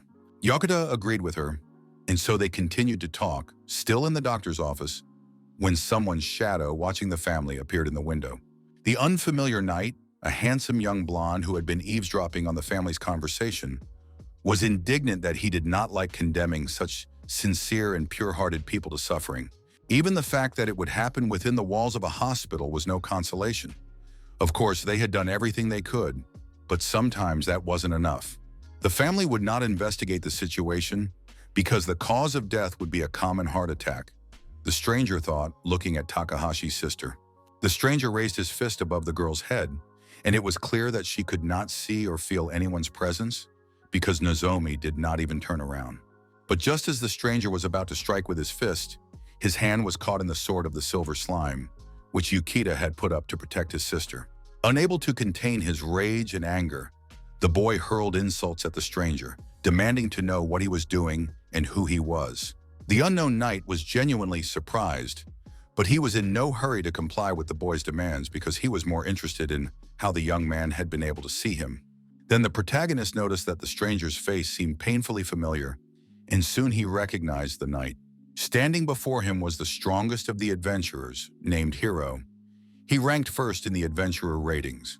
This player was the savior of all humanity because he was the most skilled and capable of fighting and defeating monsters. The player confirmed that the guy's eyes were not deceiving him and that it was indeed him in person. Hero, whose real name was Uyama Kosumurita, and indeed he was a hero and number one in the adventurer rankings. Yukita was genuinely outraged and did not understand why such a renowned player would do something like this, namely attempt to kill a young girl who had not harmed anyone. The hero did not want to answer these questions because he also had questions for the guy, since they were now moving into oblivion and ordinary people could not see or feel them. Only those who have tasted death can move into nothingness. That is, those people who have been given a second chance at life. Given this information, the hero realized that there was only one option. It turned out that Takahashi had been reborn. The young man in turn also realized that the hero was not living his first life. The player did not deny it and confirm this version, saying that, for the sake of truth, he was ready to clarify and explain something to the young man. The hero said that he had come to the hospital to eliminate the risk of the end of the world. It was, of course, very strange to hear this version. Yukito did not understand how his younger sister was connected to the end of the world. It turned out that she was one of the factors and could have a negative influence on her future husband, so it was necessary to get rid of Nozomi in advance. His younger sister's future husband was supposed to become a very important person in the world. The future of all human civilization depended on his actions. The hero said that his younger sister's divorce from her husband had greatly undermined the man, and he had gone to extremes, drowning his grief in alcohol and other substances. In the end, this became the root cause of the world's downfall. That is why the protagonist had come today to eliminate his sister, and of course, Takahashi had to be understanding of the situation. The young man was incredibly angry. He believed that the current timeline had nothing to do with the past, and therefore such an act would not change anything. Yukita explained that in the current timeline, he was able to cure his mother and behave completely differently than in his past life. He did not abandon his family. Therefore, his sister would not go to work in a nightclub to pay for hospital bills. This means that she will not meet her future husband at this club, and accordingly, will not cause their divorce and the end of humanity. Takahashi believed that killing his sister made no sense. The hero did not think so at all, and called this theory very interesting, but he was not going to believe in theories. Instead, he preferred to take action and drew his sword from its sheath. Yukito also prepared his weapon, saying that he would not allow the hero to lay a finger on his sister. The hero didn't care about any of this, and he really didn't want to kill this young player or anyone else for that matter, because his desire was to help people, and one sacrifice in the name of peace was a worthy trade. However, these words did not convince the young man at all, and he was not going to back down from his words and agree with the hero's logic. But then a brilliant idea popped into the head of the game's main adventurer. He suggested that the guy prove his potential and fight him. Takahashi did not understand why he should do such a thing, but the hero was apparently bored and said he wanted to take a chance. The media was all about this special player. Yokota understood that the hero looked down on him, and it was completely understandable, because the young man had only just appeared in the game and was quite weak. But the hero's rating had reached its maximum in all categories, and no one could argue with that, because there was no one higher than the hero. The hero boasted to the young man about his performance, and all the maximum scores, of course, spoke for themselves. The hero claimed that the truth was absolutely simple and understandable. Without strength, the young man was incapable of protecting anything, whether it was protecting the world or protecting his own sister. Every reborn person who got another chance at life felt this truth, but without normal achievements and high scores, they couldn't live normally. And now the hero offered the young man a choice. Either he would kill Nozomi's sister right now, or the young man would accept his challenge and fight the hero. The choice was such that, one might say, there was no choice at all. Of course, Takahashi could use the bracelet of changeability and escape. He could even run away, taking his mother and sister with him, but the hero would find them anywhere in the world. He could have spent days on end with his sister, protecting her from possible danger. However, this was physically impossible. Therefore, Takahashi chose the only solution available. He accepted the hero's challenge and agreed to fight him. The hero replied that he already understood the young man's character a little and had no doubts about his choice. He then warned the young man not to worry because the hero would not beat him up. Unfortunately, the non-existence in which they now found themselves could only be used for a limited time. 10 minutes to be precise. Therefore, the young man only had to hold out for that amount of time. If he endured, he would be declared the winner. The hero did not want to hold the duel in the hospital, even despite the building's external ugliness, and suggested finding a more suitable place for the duel. With that, the hero jumped out the window without even looking, back first, and flew down. Takahashi looked at his beloved sister once more, and determined to protect her, followed the hero. The courtyard between the hospital buildings was ideal for a duel. It was empty, and there were no people nearby who could become accidental victims. Yokota announced that he hoped the hero would not be lenient and that the battle would be fair and respectful. This made the hero laugh because, as the strongest player on the planet, he didn't even need to try hard to win a duel against such a weak opponent. The hero immediately decided to show off and summon all his available powers and abilities, which lit up around their owner in multicolored pentagrams. As soon as he did so, a fiery attack was launched at the young man, who barely had time to raise his sword. Yokota noted that his opponent immediately rushed into battle without even giving him time to prepare. The boy managed to parry all the blows, swinging the silver slime sword at tremendous speed and deflecting everything that flew at him. The hero, continuing to watch his opponent skeptically and confident of his victory, used his ability to multiply, and his doubles were sent to attack the young man. The hero himself took up his sword, commenting that Yokota is often surrounded by enemies, so nothing unusual happens in his life. After these words, the hero himself, as well as his doubles with swords in their hands, rushed to attack the protagonist. Yokota also knew how to make doubles. Of course, they were not as strong or identical, but he could activate a replacement doll, and two funny little men appeared near the guy. Finally, the rivals clashed swords one-on-one, and after minor contact, went their separate ways. At that moment, the hero's double destroyed the young man's replacement dolls, and that auxiliary option was gone. Too easily and simply. Everyone understood that it was impossible to defeat an opponent like the hero by simply defending themselves. Takahashi understood this too. He used his magic wand, which, however, did not always create the desired effect. And there was a high probability of failure, but the guy had no choice. The young man stretched out his arm with the staff of absurdity, saying that he just needed to find the time. After that, the magic was performed. It cannot be said that it was a failed attempt. A huge, fiery, powerful explosion was directed at the hero, who stood in surprise and watched as the fireball approached him. Of course, it couldn't kill the hero, but at least it delayed him for a short time, which was exactly what the young man, who was also affected by the explosion, had hoped for. His clothes were slightly singed and smoldering. When the fire burned out and the smoke cleared, the hero walked towards Yukita.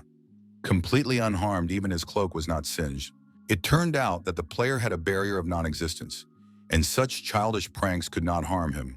The hero also noted that the young man was able to dodge the blow of the doppelgangers by putting a doll in his place. It was a good move.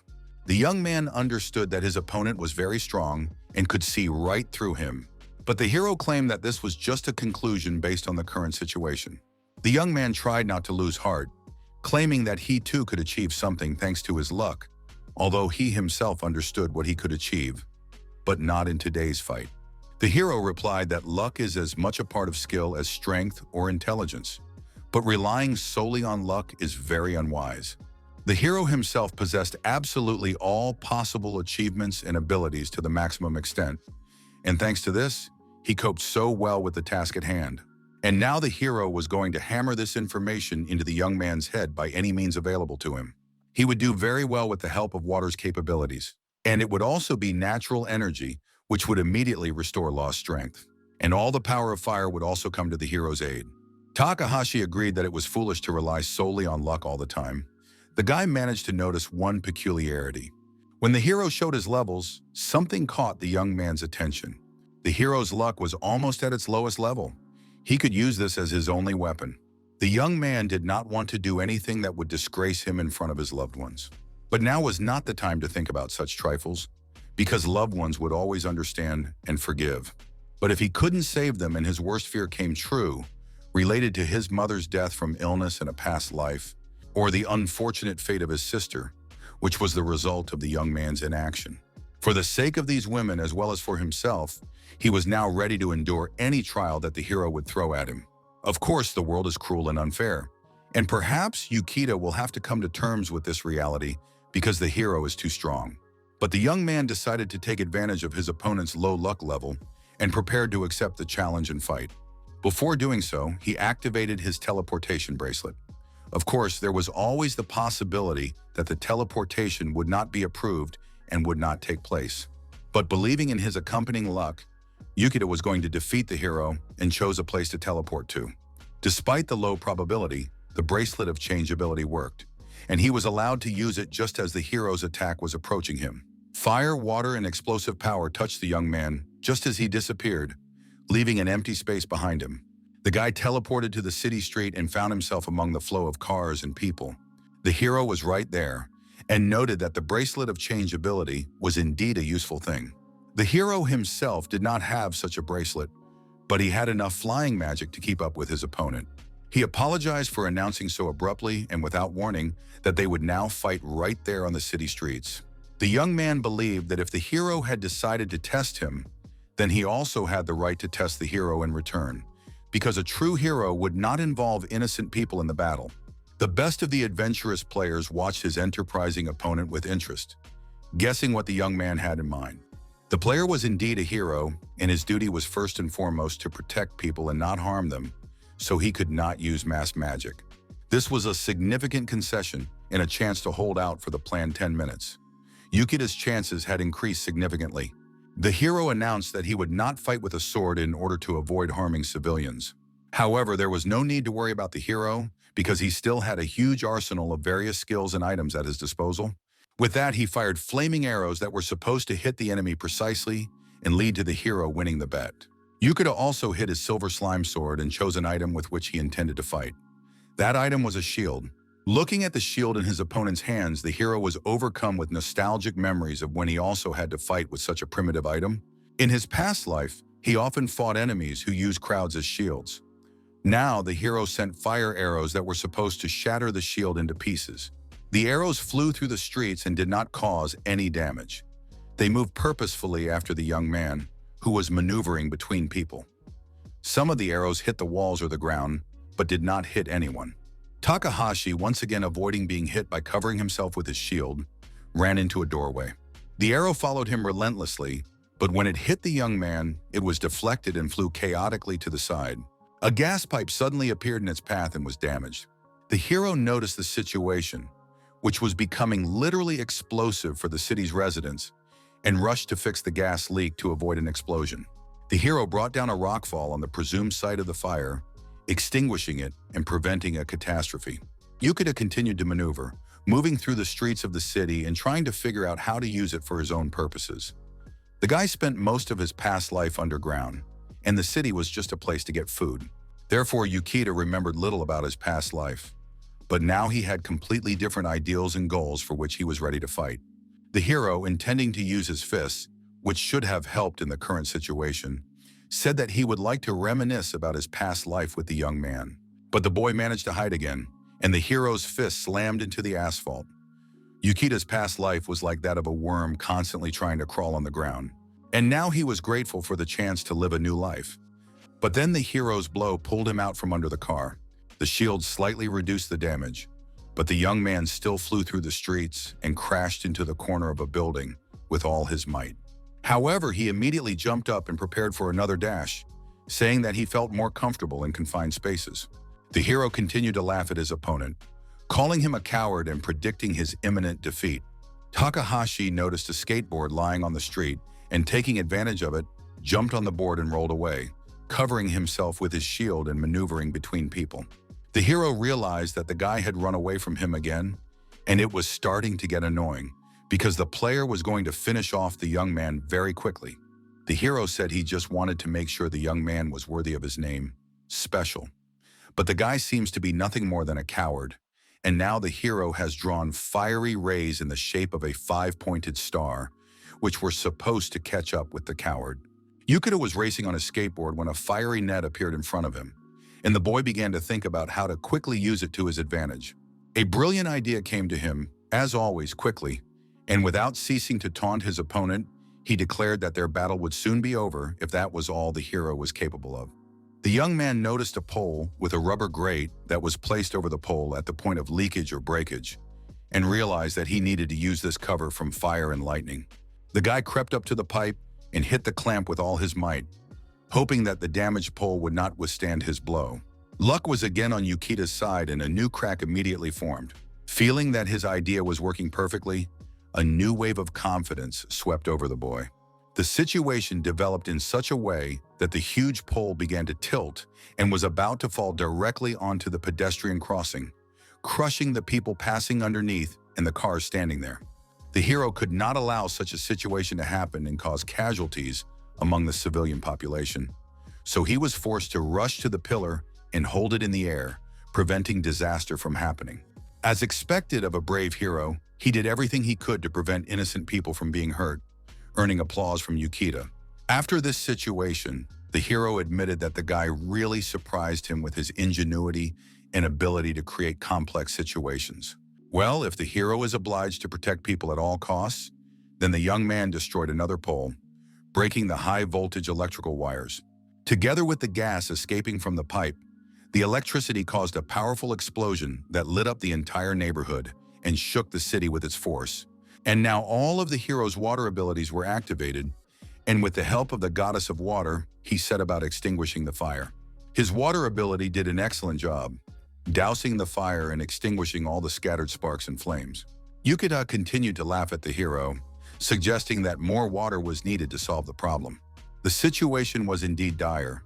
Cars, trees, streets, and houses were engulfed in flames. Looking at the situation, the hero was forced to activate natural forces and the gnome builder to avoid damage and restore what had been destroyed. Surprisingly, seeing the suffering of the people, the hero could not stand aside and rushed to save the city together with his doppelgangers. Soon, all his abilities were put to use to restore order in the city. The wounded and sick were immediately healed, and the destruction was repaired. When order was restored, Nikita turned to the hero, saying that he was still there and ready to continue their duel. The hero, busy saving the city and restoring what had been destroyed, said he had no time for the young man. Besides, his opponent was incapable of inflicting any damage on the hero. Perhaps Yukita was not capable of defeating the strongest adventurer player, but he still had a few ideas and was not going to stop halfway. The young man understood that he could create circumstances in which the hero would be harmed, and as the protagonist, he took advantage of the situation. He pushed the famous hero right into the sewer, which was leaking where the drain pipes had burst. It was truly an ironic picture, The best of the best players found himself in water full of excrement. Takahashi had no intention of saving the hero, and on the contrary struck another blow with the silver slime sword to show the boastful player what it was like to be at the bottom. Sitting in a pit full of sewage, the hero couldn't believe what was happening. How dare this newcomer treat him this way? But in response, Yukita declared that he wasn't done yet and prepared to use magic with his wand of absurdity, and we remember that this magic could be completely unpredictable. The hero remembered this, of course, and raised both hands in the air, announcing that he was giving up the fight and conceding victory to the young man. When the streets of the city were cleaned up and the hero himself was pulled out of the manure pit with the help of his assistants, the best player admitted that due to his bad luck, he often faced similar situations. The hero had expected that something like this might happen in their fight, but he had not expected such a complete defeat. For the first time in his life, so many misfortunes had happened at once, and now all his abilities were actively trying to repair the damage. All these explosions reminded him of an accident from his past life, when gas exploded in his house. Many people died, and the townspeople brought flowers and mementos to the scene of the tragedy. Painful memories from the past came in handy for victory this time. But the main thing that happened in today's fight was that Yukita was able to prove to the hero that he was capable of preventing the past from repeating itself. The hero applauded and acknowledged that the evidence was more than convincing. Therefore, the hero decided to allow the family to spend a little more time with Naomi, who was alive and unharmed. The hero announced that, unfortunately, the non-existence would soon come to an end, as it was only granted for a short period of time, and the player would have to deal with all the consequences that remained in the city. Takahashi would have to return to the hospital to his family, who had no idea that he was gone. In the future, the young man would have to deal with the curse of the disaster. Yukita did not understand what the hero meant by this expression and what meaning he put into the words, curse of the disaster. The hero said that it was because of this curse that the tragedy in the hospital had happened, but this hint again meant nothing to the young man. The hero was genuinely surprised and did not understand how the boy could not know about it, since he had come from the future and the disaster at the hospital was known to all the city's residents. But the fact remained, the hero had to tell him everything in detail. Takahashi had no idea what had happened, because he had spent most of his past life underground, destroying silver slimes and communicating with absolutely no one. It was surprising, but the player realized that the young man was not joking and really knew nothing about the disaster at the hospital. Then a terrible tragedy occurred. Explosions and fires destroyed buildings, roads were destroyed, and many people died. The young man had to admit that he had spent his past life in the dungeons, and all this time he had been interested only in slimes. It was sad, but now he had a chance for a new life. However, it was also strange. He remembered absolutely nothing about such a tragedy. The hero realized that in this case, Yukita didn't even know how to resist the curse. The protagonist had no idea what was going on, what curse needed to be defeated, or what the meaning of the catastrophe that now needed to be prevented was. The hero was tired of talking to the guy and said that he didn't have time to explain the details anyway, because existence was about to collapse. And indeed, soon the sky began to look normal, and reality regained its realism. The hero only had time to tell Takahashi to go to the morgue, located in the basement of the hospital. Once there, the young man would understand everything himself. The young man did not understand why he should listen to the hero and go solve problems that had nothing to do with him. In response, the hero simply said that he would try to deal with the problem himself. But if nothing is done, many people will die, and the hero now needs to repair the damage caused on the street as a result of their duel. Takahashi didn't have time to ask anything else, but he clearly understood that a huge catastrophe was coming, with a large number of human casualties. There was no one left to ask further questions, because the hero rushed off to fulfill his duties, and the nothingness almost dissipated. Still not understanding what was happening, the young man realized that he had to return to the hospital anyway. After all, he had left his mother and sister there. The guy activated his teleportation bracelet just as the nothingness ended. The streets of the city looked completely normal. People were calmly going about their business. Cars were driving on the road, and there were no signs of an impending disaster. The attending physician was finishing his recommendations. He advised the woman to undergo regular checkups and lead a healthy lifestyle so that she would not have to come back to them in the future. The young man realized that the process of saying goodbye and parting would be a long one, and he didn't have time to explain the situation because he himself didn't fully understand what might happen. So the young man decided to quietly go to the basement, but first he realized that he couldn't leave his relatives in the hospital. He needed to get his mother and sister out of the clinic building as soon as possible. Naomi announced that she was very hungry. His mother suggested stopping at a cafe on the way home to have a bite to eat and celebrate the happy news of her recovery. However, Yukito reminded them that he would cook dinner for them himself to celebrate the occasion. The young man claimed that he could easily handle the task, but now he asked his mother and sister to go to the store and buy all the necessary ingredients for dinner. His family decided not to deny him the opportunity to treat them and agreed to buy all the necessary ingredients. Yukito was happy that he had so easily gotten his ladies out of a dangerous place, and now he could calmly tackle a problem he had no idea how to solve. The young man went to the morgue, but first decided to go to the bathroom to prepare himself. Entering the stall, he put on the invisibility cloak he had received as a trophy for defeating the bandit. The young man had already worn this cloak several times to avoid encounters with weak monsters. He would never have thought that this cloak would come in handy in real life, but the situation was such that he had to use it. One of the visitors to the restroom decided that there was a ghost in the stall because the door opened. He clearly heard footsteps, but saw no one. Of course, Yukito didn't fully trust the hero's words, but he couldn't ignore them. So he had to check for himself what was going on in the morgue. The young man had never heard of the curse of the disaster, but the hero claimed that once he arrived at the morgue, he would understand everything. The protagonist took the elevator down to the lower floor of the hospital and walked through the corridors of the completely empty basement. It was as quiet as a coffin, and nothing foreshadowed the impending disaster. Soon the young man reached the right part of the corridor. Before entering the morgue, he decided to check if there was anyone alive on the floor and used his locator. It turned out that there was no one on the floor. It was completely empty. The guy took out and prepared his silver slime sword and entered the morgue. The morgue was quiet, empty, and gloomy. The young man moved from one room to another, not understanding what he needed to find. Looking at the bodies of dead people lying on stretchers, covered with sheets, Yukito thought that one day he would also end up here. After going through all the rooms in the morgue, the young man found nothing and no one, and even decided that perhaps the hero was just playing a joke on him. Suddenly, a terrible sound, the creaking of a gurney moving across the stone floor, made the young man jump in surprise. Following this sound, the sheets began to fall from the bodies of the dead, and these people were no longer completely dead. The entire room where the young man was standing was filled with the risen dead, who, despite their injuries and lack of life, were moving toward him. They wheezed horribly, moaned, and reached out their dead, disgusting hands toward the guy, and Yukito realized that the disaster would involve zombies. The encounter with the zombies was very strange, because usually the strongest seekers challenged the floor with the undead. But there was no point in thinking about it, and Takahashi began to chop the zombies with his sword, believing that their appearance was the result of some kind of curse.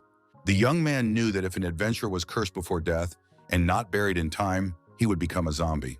Now, for some reason, all these former players were attacking him specifically. They were trying to get to the guy to devour him. The number of zombies did not decrease, and the young man realized that the curse could spread to neighboring corpses. Therefore, the bodies of ordinary people in the city morgue also came to life and became undead.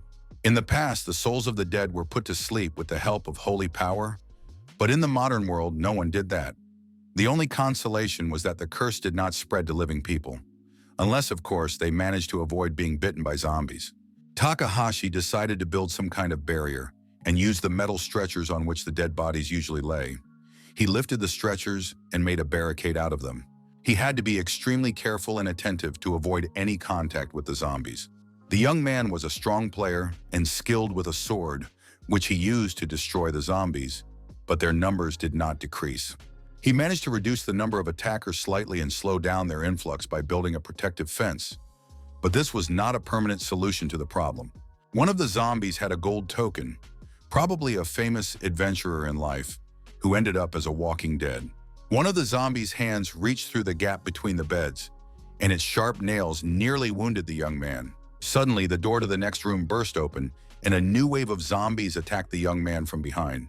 The young man dealt with one of the dead, cutting off the walking corpse's head with his sword. This was no problem for him. The guy swung his sword over the body of the female zombie, intending to behead her, when suddenly something caught his attention. The radar showed that this zombie was not a villain and was marked as a neutral target. It turned out that the girl had not yet been turned into a zombie. At that moment, the stranger turned her face, full of horror, toward the young man and screamed for help. The girl was in shock from what was happening around her. Yukito was also frightened. He did not expect the zombie to be able to talk to him and realized that the girl was alive, just very scared and covered in someone else's blood. She must have been an employee of the funeral home and had come to the morgue to collect the bodies, but suddenly fell victim to a zombie attack. It was known that it was impossible to turn a zombie back into a human. However, if the bite was recent, there was still a chance to save her. But the young man did not have the necessary tools to help. In addition, the barricade of beds did not inspire confidence, and it was clear that the zombies would destroy it soon. Therefore, letting the girl die seemed the most logical solution. Then he would have to focus on eliminating the main threat, as the bulk of the zombies were advancing more and more aggressively. Takahashi thought about how he didn't want to be a player who was driven solely by efficiency and the desire to earn points for destroying monsters for items. So the guy opened his profile and decided to use the tools at hand. Activating his teleportation bracelet, the young man went to the store and bought the alchemical tools he needed to save the girl. Then he went to the sorceress and got a recipe for a healing potion from her. After studying the recipe and the technique for creating a potion against the zombie curse in the book, Yukito was convinced that even he understood everything. He returned to the morgue and approached the girl for whom he was going to make the life-saving potion. She was still in a transitional stage and couldn't harm the boy, so he used his sword to make a cut on her finger. The healing potion was made individually for each person, and that person's blood was required by the recipe. Yukito collected a few drops of blood in a flask. Soon all the ingredients needed to make the potion were gathered and prepared. The young man performed all the steps exactly as indicated in the Book of Magic Recipes and waited, hoping that the potion would work. Despite his lack of magical skills, the sacred purification elixir was soon complete. He collected the potion in a flask and carefully poured it into the mouth of the girl, who was supposed to return to human form. As soon as the potion entered her body, the girl's body underwent a magical transformation. Her arms and legs gradually began to take on a normal human form. It seemed that the medicine had worked and the purification had taken place. However, the girl was exhausted, and Yukito sat her down so that she could recover and not fall victim to the zombies again. After that, the guy decided it was time to deal with the main mass of undead that was waiting for him behind the barrier. To his surprise, he found that there was no one in the morgue. Everything was quiet again, and the zombies had disappeared somewhere. Entering one of the morgue rooms, the guy saw a horrific scene. A huge, incomprehensible creature was devouring the zombies, biting off half their bodies and swallowing them like nuts. This monster looked completely unreal. Some kind of bodies with open mouths, glowing green, and bulging eyes with expressions of horror. The next second, the young man saw a huge jaw, wide open and lined with long, sharp fangs. He couldn't see the whole creature yet. Gradually, Takahashi realized that this was not just a monster, it was some kind of walking abomination. He understood that while he was busy creating a potion and treating the girl, the curse had united and become stronger. Now he was facing an unprecedented monster, a biomass made up of different body parts. At the front, a huge skull with fangs crowned this mass, and it was impossible to count the number of limbs. Takahashi remembered the hero who had sent him here and imagined what he would look like in his place. Probably the hero would not look so cheerful now. There was no time to wait. The monster continued to grow, devouring zombies and merging with them. The young man rushed into the attack, not regretting for a second that he had spent time saving the girl. By this point, the creature had developed nasty tentacles resembling octopus tentacles, only covered with disgusting growths and warts along their entire length. The young man attacked the silver slime with his sword and with a light movement cut off one of the monster's heads.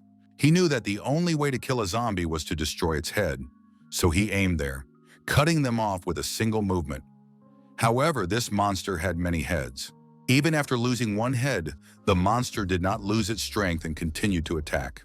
The nasty tentacles caused a lot of trouble. They were flexible, and the young man had to constantly dodge to avoid contact. Fortunately, the sword cut them off quite easily. The battle tactic was obvious. He had to cut off the heads until there were none left. But even after losing all its heads, the monster did not die. On the contrary, it grew even larger and became simply gigantic. Its hideous jaws, with its mouth wide open and glowing eyes, now took up almost the entire space. The number and length of its tentacles were astonishing. They filled the entire room, preventing the young man from reaching the monster's torso. The tentacles picked up the zombie bodies throughout the room and threw them straight into the monster's mouth. Soon, new heads grew back on the creature's body, and the whole fight turned out to be useless. The monster only got stronger. The young man realized that the undead were healing, even though any other zombie would have rotted away long ago. After observing the monster, Yukito realized that he had to cut off the last head before the others regenerated. But a new problem arose. The boy's combat skills were designed for close combat, and he did not know how to attack from a distance. He could have used the Staff of Absurdity, but this artifact often caused more problems than it solved. Moreover, its use could destroy the entire hospital, causing enormous casualties among civilians. Yukito thought about stalling for time and waiting for the hero to join the battle, but he didn't want to lose to the arrogant blonde. With every passing minute, it became clear that waiting was not an option. The monster continued to grow. Any delay played into its hands. There were enough zombie bodies to satisfy its hunger, and if he hesitated, it would grow to unimaginable proportions. Takahashi activated his abilities and rushed into the attack. He chopped off tentacles and fought his way to the head, repeating to himself that he had to deal with the monster right now and not let it grow. If it continued to devour its own kind, soon no one would be able to stop it. But to defeat such a monster, he needed something that could destroy all the zombies at once, without destroying the hospital. The young man knew he didn't have such a thing, so for now he was only doing minimal damage, trying to slow the monster's growth. Dodging another tentacle, Yukito noticed his alchemy kit, which he had recently used to create medicine. After all, it could be used to make more than just potions. If something didn't exist, it could be created. With this thought in mind, the young man began to gather materials from the morgue. Even a pipe or a stone could be a useful weapon. Soon he got hold of several iron legs from a bed. Dodging a tentacle, the boy grabbed a steel plate that had previously been part of a wheelchair. Then he took his shield out of his inventory. The young man covered himself with the shield, hoping that the creature would slow down and not act as aggressively as before. The monster attacked him with his tentacles, but the guy, shielding himself with the shield, was able to cross the room and reach the desired item. This time he once again became the owner of a book containing recipes, not only for potions, but also for other useful substances. The young man studied the list of ingredients for making black powder. Of course, he didn't have the necessary chemicals on hand, but that didn't mean they couldn't be created. He could have used his bracelet to teleport to the store, but it was completely out of energy. Throughout the day, Yukito had used the bracelet repeatedly and used up all its energy, so he decided to create the ingredients himself. There was no problem with charcoal. There were pieces of broken furniture scattered throughout the room that could be used to make it. Takahashi threw the wooden pieces into the alchemy kit, and soon the process of turning them into charcoal was complete. However, creating sulfur and potassium nitrate proved to be completely beyond him. The young man did not know where to start or how to make them, and at the same time he had to fend off the monster, avoiding its tentacles. Modern technology came to the rescue. Using his cell phone and internet access, the young man studied information about the creation and substitutes for the necessary substances. The almighty internet suggested that sulfur could be obtained from matches. Yukito himself did not have any. He did not smoke, but he remembered that the girl he had saved had a purse. Perhaps there were matches in it. Luck once again smiled on the lucky guy. He did indeed find a box. The young man threw the matches into the alchemy kit and started the process of creating sulfur and potassium nitrate. A few minutes later, the desired components were ready for use. Now he could start making black powder. He had all the necessary ingredients. After a short time, the vial with the desired substance was in the hands of its creator. But this was not the final product he needed. From the gunpowder he obtained, he soon made high-quality shiny bullets that promised to solve many problems. It was time to move on to the next stage. Yukito took a pen and a notebook to make the necessary calculations and notes. Meanwhile, the monster did not relent, continuing to grow and fiercely attack the young man. The situation seemed hopeless, but the young man tore a sheet of paper from his notebook, realizing that he would soon create the most effective weapon against zombies. He threw away the pen and notebook and dropped the sheet of paper into the alchemy kit. The monster, watching his actions, could not guess what this would lead to. Yukito took the metal legs from the wheelchair out of his inventory. They were to become the basis for a new recipe. The alchemy began. Something fiery and wild boiled in the cauldron, and the air filled with the smell of metal and magic. A few more moments, and the process was complete. The guy became the owner of 2 homemade sawed-off shotguns. Of course, he didn't want to desecrate the bodies of the dead hunters, but he had no choice. Yukito loaded the sawed-off shotguns with freshly made bullets filled with black powder. He was ready to finish off the monster and aimed his deadly weapon at it. Several shots rang out.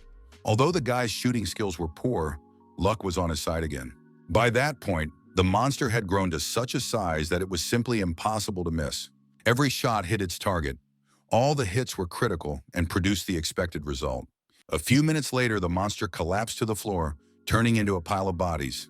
It still tried to resist, lunging its tentacles at the young man, but another bullet put an end to it. When the ammunition ran out, the body of the huge creature lay motionless, showing no signs of life. Soon, a system notification appeared. Yukito Takahashi destroyed the curse of catastrophe and became the first player to achieve this. For his victory, the young man received the title of Holy Assassin. He breathed a sigh of relief. The battle had been incredibly difficult, but he had prevailed. At that moment, the girl sitting on the morgue floor coughed. Yukito realized she was alive. The medicine had worked. She had completely returned to human form. This was good news, but new problems were already beginning to form in the guy's head. He had to come up with an explanation for why he was in the morgue with a weapon and covered in blood, since he was not a hospital employee.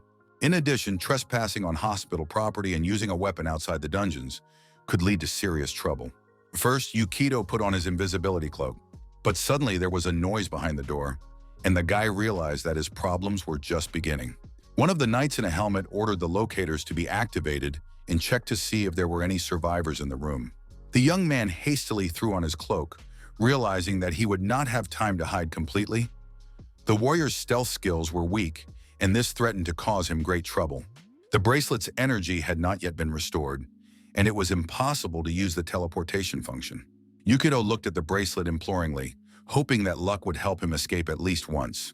But this time, no miracle happened. The teleportation didn't work, and the doors suddenly swung open. Huge knights in heavy armor, holding spears, burst into the room. Behind them, several more warriors entered the hall, carrying a throne in their arms. When they placed it on the floor, a young girl in white papal robes appeared on the seat, holding a phone in her hands. They were clergymen. Their mistress, dressed in a sacred cloak, was a priestess named Naomi. The priestess, without taking her eyes off the phone, declared that the stranger looked like an atheist. Although she did not know this for sure, he clearly looked suspicious. After that, the girl put her phone down on the ground and, crossing her fingers at chest level, began to pray that the kingdom of heaven would bring more bonuses to its servants. The priestess also prayed that she would not meet her doom at the hands of immoral donors. Needless to say, the prayer was very specific.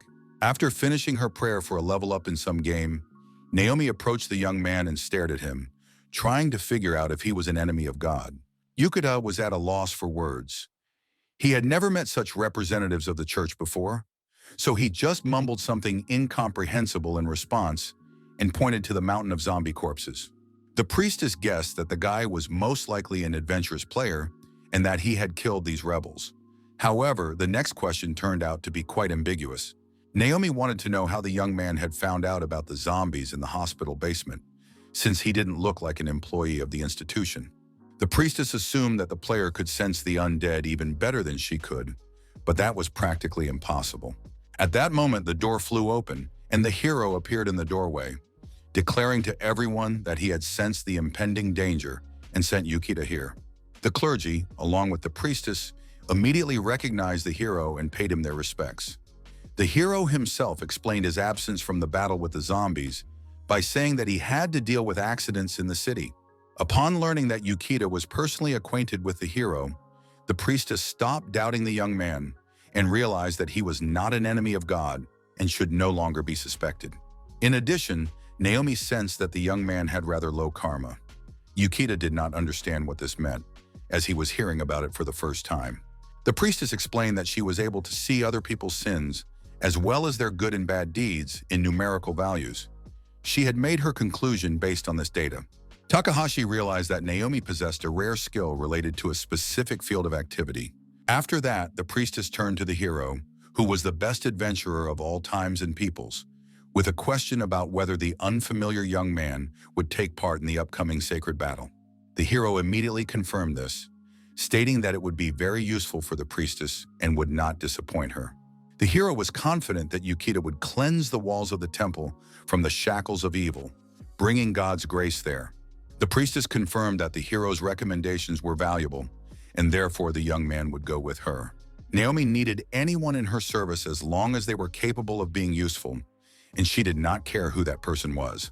Yukita did not understand what was going on, and was outraged by the fact that no one in the room even tried to ask his personal opinion. After these words and the player's sincere objection, the hero leaned low to his ear and suggested they go outside and talk away from everyone else.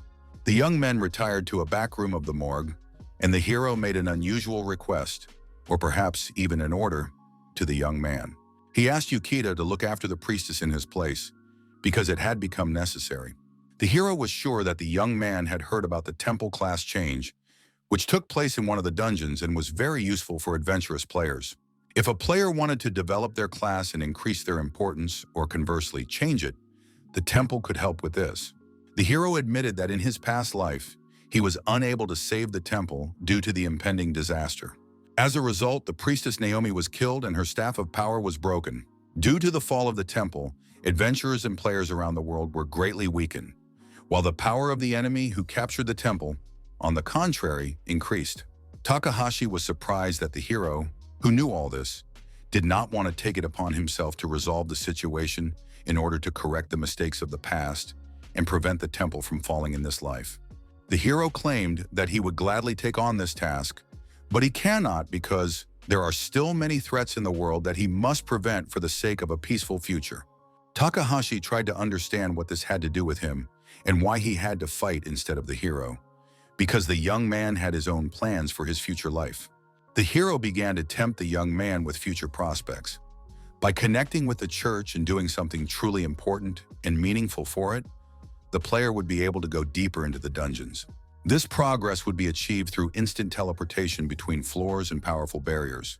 The church monopolized everyone capable of using healing and support magic, and these people fought under its wing.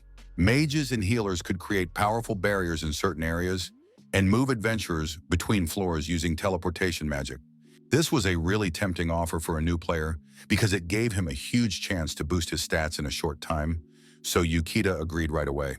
The guy confirmed his participation in the battle instead of the hero, but in return demanded that he swear not to lay a finger on his family. The hero agreed to take the oath, claiming that he had no intention of harming those who were useful to this world.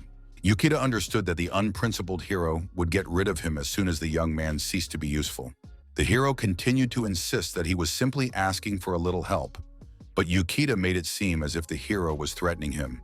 The rest of the conversation proved pointless, and the players made a secret agreement between themselves. After that, Yukita asked the hero to tell him what he would have to face in this battle. But the hero did not have time to explain, although it was clear that he was not going to do so in order not to scare the young man away. Their conversation was interrupted by the priestess Naomi. The clergy began cleaning the hospital basement and morgue because they had been desecrated, and they sent the surviving woman to the hospital to recover. After that, the priestess activated her abilities and pointed her staff at Takahashi.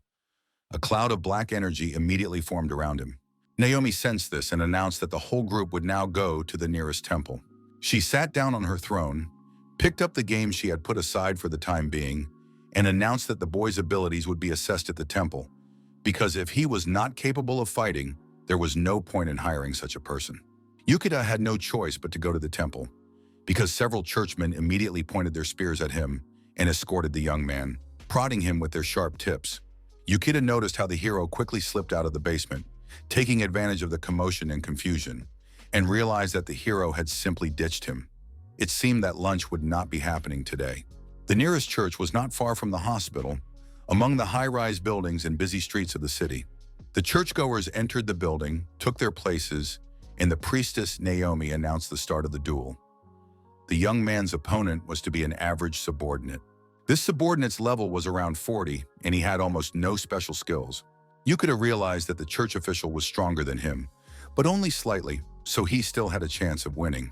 Both opponents took up their starting positions, and the fight began. The players eagerly entered the fray, and it was clear that they were conscientiously carrying out the priestess's instructions, intending to finish everything quickly and successfully. Attacks and counterattacks followed one after another. Takahashi attacked with the silver slime sword and realized that the clergyman's blows were rather weak. This was because the church warriors were mainly focused on defensive skills, as they were the priestess's personal bodyguards. The young man continued to strike and realized that even with the difference in levels, he was fighting better. He clearly had the upper hand in speed. The priestess realized this too, noting that the player was fighting quite well, but now it was time to change the situation a little. Naomi announced that she would show the player a glimpse of God's grace. She closed her eyes and called upon the higher powers. Then she tapped her staff on the floor and called upon them for help. At first glance, nothing unusual happened, but Yukita immediately sensed that the battle had taken a different turn. The clergyman's blows became significantly more powerful and faster, and his attacks more aggressive. The priestess, without distracting herself from the battle, wolfed down her sandwiches, enjoying the new tone of the battle after buffing the churchman. Takahashi knew that the church warriors had very high endurance and defense stats, and with buffs to their strength, the young man would not be able to withstand a protracted battle. He had to decide quickly in order to win as soon as possible, and then the player's gaze fell on the enemy's protective gloves. The young man noticed that the armor was quite thin and that the parts were connected with rivets. After dodging another blow, he began to implement a new plan. Yukita thought it would be a sin not to take advantage of such a vulnerability, and covering himself with his shield began to act. He found a small metal fragment left over from some structure or part and decided it would suffice. At that moment, the churchman counterattacked and activated his holy hammer ability, intending to strike with his sword with both hands. At that moment, Yukita activated the beasting skill and rushed towards his opponent. Soon they were close together and ready to strike each other, but the boy was quicker. His beasting hit not the cleric's body, but his glove, and that was enough to break through his defense. After that, the young man activated Shield Strike and knocked his opponent off his feet, causing him to fall on his back. The clergyman lay on the floor trembling, his hands raised, and one of his gloves was completely destroyed. Yukita approached his opponent, pressed his sword against his chest, and asked the priestess Naomi what to do next. The priestess had no intention of letting the fight go to the end, so she stopped the duel, saying she had seen enough. Yukita was indeed quite strong, and she sincerely congratulated him, praising him for his quick wits and success. Takahashi understood that he wasn't that strong. It was just that the church's warriors relied too much on their priestess's buffs and didn't show any initiative. After that, the priestess showed complete indifference to the player and announced that he could leave.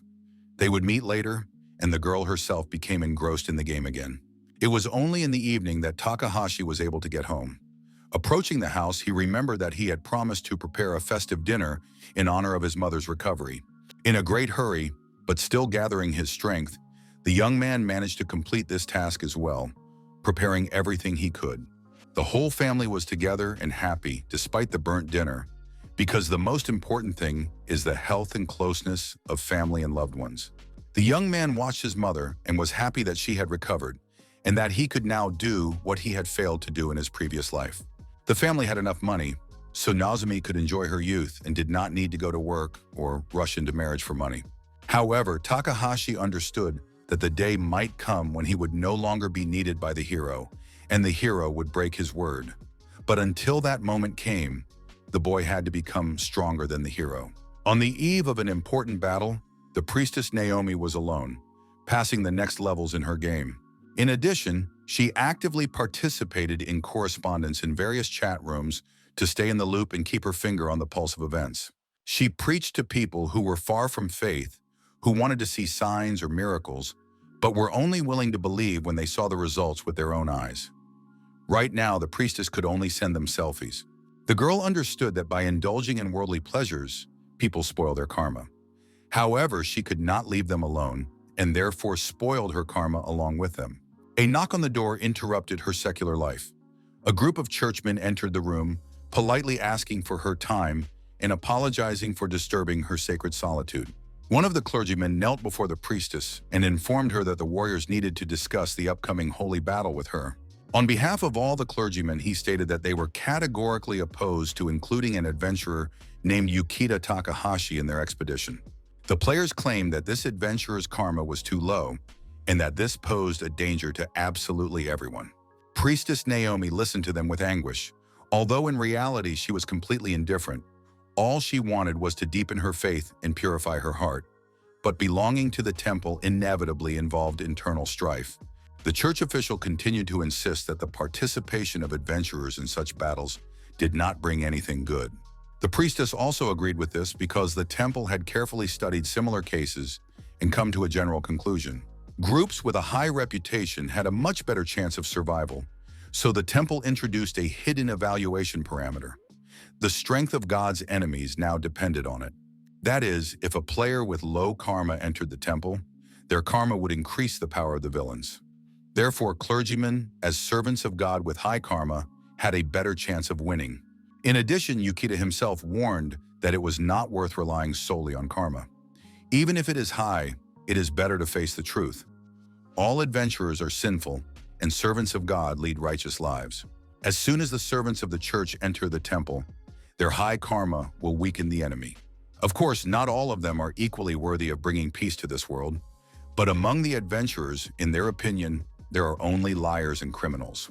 It was impossible to disagree with this, and the priestess acknowledged that there was some truth in the warrior's words, but she had already given her word that she would take Takahashi into her service.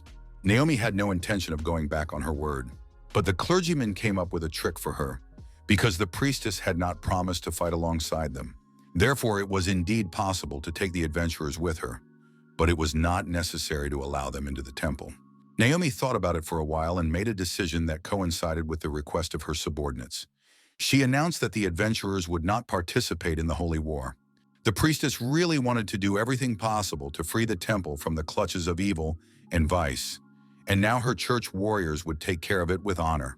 The players were very pleased with the outcome of their appeal to the priestess and satisfied with her decision, because the priestess, who was a child, was very easy to manipulate.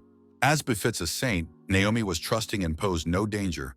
She was easy to control. The warriors were convinced that they themselves must protect the innocent from the enemies of God, and that the adventurers must not be allowed to become even more powerful. The priestess's rise was inevitable, and they needed to get more subsidies from the temple. Those were the plans for the near future. A short time passed, and the day of the holy battle arrived in which Takahashi Yukita was to take part. The guild manager informed the player that he had been appointed leader of the adventurers and was responsible for them. This was new to him, as the young man usually fought and cleared dungeons alone. The first floor of the Tokyo dungeon, the Indelible Trace, was a temple of God located in a wonderful place surrounded by meadows and mountains. Wonderful, sunny weather greeted the participants. In the dungeon, Yukita met a priestess and reminded her that they had not yet discussed battle tactics in the temple. Naomi greeted the players and withdrew, surrounded by her warriors, showing no interest in conversation or planning.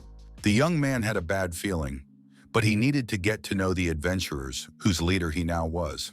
The young man bowed his head to the players in greeting and apologized for becoming their leader, even though he had not known them before. However, the adventurers were very friendly to Yukita and welcomed him warmly. They told the young man not to worry and expressed their trust in him, since the hero himself had recommended Takahashi. One of the participants said that they were all very grateful to the hero, which Yukita found strange. He asked what they were grateful for. The players believed that they would have rotted away in prison long ago if it weren't for the hero. Every day he proved himself to be an exemplary hero and tried to make everyone happy, as well as giving a second chance to those who were in prison for the first time. After greetings and pleasantries, the priestess announced that to begin the sacred mission, the participants must go to the temple on the 30th floor. The church had built temples on each level of the dungeon, and they were considered safe zones that players could use. Inside these temples, players were provided with a range of services that usually cost considerable donations. The first floor of the temple was in ruins, which was not surprising.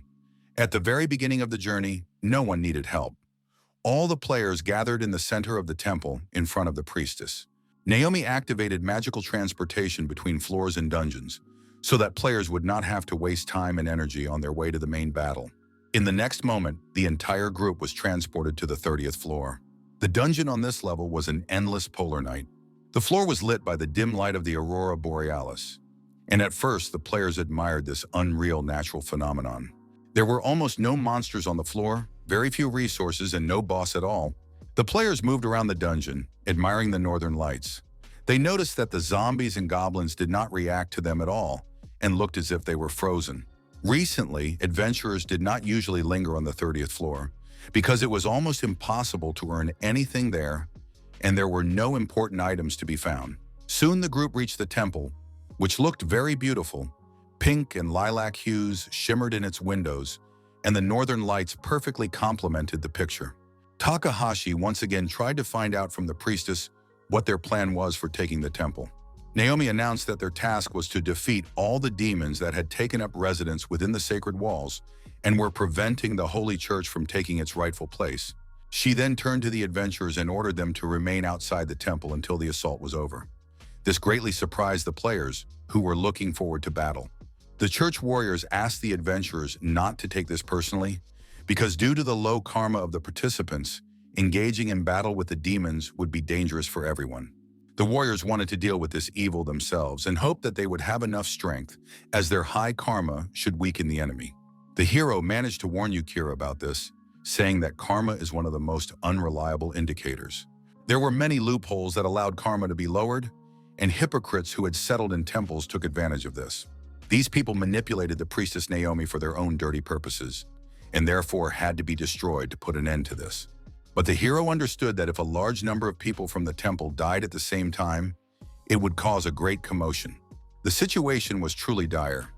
In addition to villains and demons, they also had to fight unworthy people within the church. Takahashi turned to the priestess, saying that they, the adventurers, had obligations to the guild. He decided to break through her ban on participating in the battle. Yukita argued that adventurers could not perform their duties half-heartedly because it would damage their reputation. The clergy promised that the priestess Naomi would personally inform the guild that the players had fulfilled their duty to the fullest and would definitely receive the promised reward. However, if anyone was against this arrangement, they could leave the dungeon right now. It was very generous of the temple to pay the full amount for work that the players had not even done. The young man crumpled up the check he had received from the clergy. And as unfair as it was, the adventurers at this level of the dungeon were only acting as reinforcements and had no say in the matter. After that, all the preparatory issues were resolved, and the church warriors began the sacred battle, joining forces to fight the enemy of God. After that, the group of God's warriors went to the temple, leaving the adventurer players alone and completely confused. The players began to discuss the situation, and some of them accepted the fact that they had done their job and could now rest. Other players doubted that it was normal to be paid for doing nothing. Yukito pondered this because he knew from his past life that all these sanctimonious people would soon perish. But the young man did not know how to convince the adventurers to save everyone. Maybe it wasn't worth saving them at all, and these doubts and worries really upset Yukito. The problem was the blonde hero who had dumped this situation on the young man and was now calmly entertaining himself somewhere in the city, paving roads and planting new trees. Soon, the church warriors, led by the priestess Naomi, entered the temple. In the center of the temple, where the altar was usually located, stood a huge statue of a nun, and in front of it was a large group of all kinds of monsters and beasts. These monsters, beasts and goblins, did not move at all, just like the other monsters on this floor. The priestess also noticed this oddity, which was that the monsters did not attack the players. There were very few of them, and they did not try to harm people. The church warriors rushed into the attack, deciding that they needed to kill the monsters before they turned around and noticed the people. But this action triggered the activation of evil, and the statue that stood motionless in place of the altar seemed to come to life. Bloody tears flowed from its eyes, and a black hole appeared where its mouth had been. It opened its arms, inviting the uninvited guests to become its worshippers, and opened its arms to them. The churchgoers realized that this was an enemy of God, but they were sure that, as servants of God with pure souls, evil should not have come upon them. Could it be that there was a person with low karma among them, and his presence in the temple had activated the enemy of God?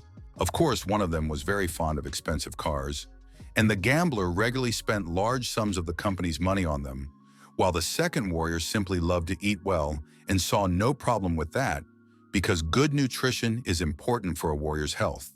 Another churchgoer was convinced that fornication was bad, but divorce and infidelity were perfectly normal because everyone did it and it was just a small sin. Thus it turned out that all these men of God had committed enough minor sins to awaken the enemy of God. The priestess remembered that the hero had warned her about this, and he was right. Naomi ordered her subordinates to stop searching for the culprit and focus on the enemy ahead. The churchmen agreed with the priestess and decided to start the battle, because as long as Lady Naomi was on their side, they had nothing to fear. The priestess immediately activated her prayers to buff the players. For a while it helped, and the warriors began to fight the monsters more vigorously, but soon their enthusiasm faded. The monsters turned out to be unusual. They were very different from those found in other places. Their ferocity, strength, and power were many times greater. The priestess, activating her powers, ordered the warriors not to rush to conclusions, because these monsters lived on the 30th floor, and the clergy had already reached the 40th floor and defeated them there. Magical power continued to flow from the priestess to the clergymen. God's warriors once again believed that they were much stronger than the monsters and rushed into the attack. But God's enemy was not asleep either and became more and more active, helping his servants and strengthening their power. Goblins, monsters, and beasts rushed into the attack on the clergy with new strength and struck them with their power. It became clear that something was strengthening the enemy with every passing minute, and this was an absolutely unprecedented phenomenon. Naomi understood that with each adventurer she saved, her divine essence grew. In the current battle, the enemy's strength and abilities grew as the battle progressed.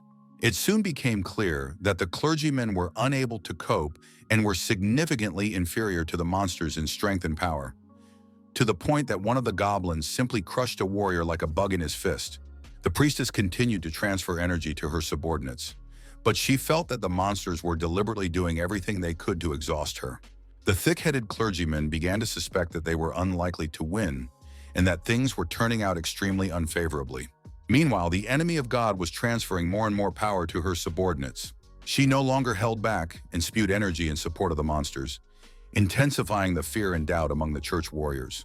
The priestess tried her best, but soon realized that without a sacrifice, they would not be able to win. The girl prepared herself and, gathering all her strength, announced that this place would become her altar. The priestess wanted to use the magic of atonement to clear a path to the statue of the goddess, and then she would give all her strength, down to the last drop. The priestess's determination was very strong, and she instilled hope in her subordinates. The clergy rushed into battle to show the enemies of God the power of their faith. They clashed with the monsters and were unable to do practically anything. The churchmen were torn to pieces by monstrous beasts and creatures whose strength only increased, and the taste of blood whetted their appetite even more. This led to some of the church warriors screaming that they did not want to die, rushing out of the temple, leaving their priestess alone with evil. The church warriors did not want to return to battle because they understood that no gods could save them from death. However, the temple doors were locked and would not let the traitors out. The priestess Naomi looked at her subordinates and sincerely did not understand why these people had so easily turned away from God. After all, she was ready to sacrifice her life, even though she was also too young and did not want to die in vain. At the foot of the temple at that moment, Yukito realized that he could not delay any longer and had to join the battle inside the temple. The young man did not know any tricks, did not know how to manipulate or persuade, so he decided to use honesty to negotiate with the adventurous players. Yukito Takahashi approached the players, saying that they had essentially fulfilled the request and would receive payment after leaving the dungeon. However, the young man asked the players to help him clear the temple. The young man did not have time to return to the guild and create a new request for clearing, so he asked them to treat this request as a personal one. The players trusted Yukito because he had been chosen by the hero, and he would not deceive them. However, they did not understand why they needed to help the clergy. Yukito decided to use the hero's authority and said that he had sent them to help the clergy for a reason.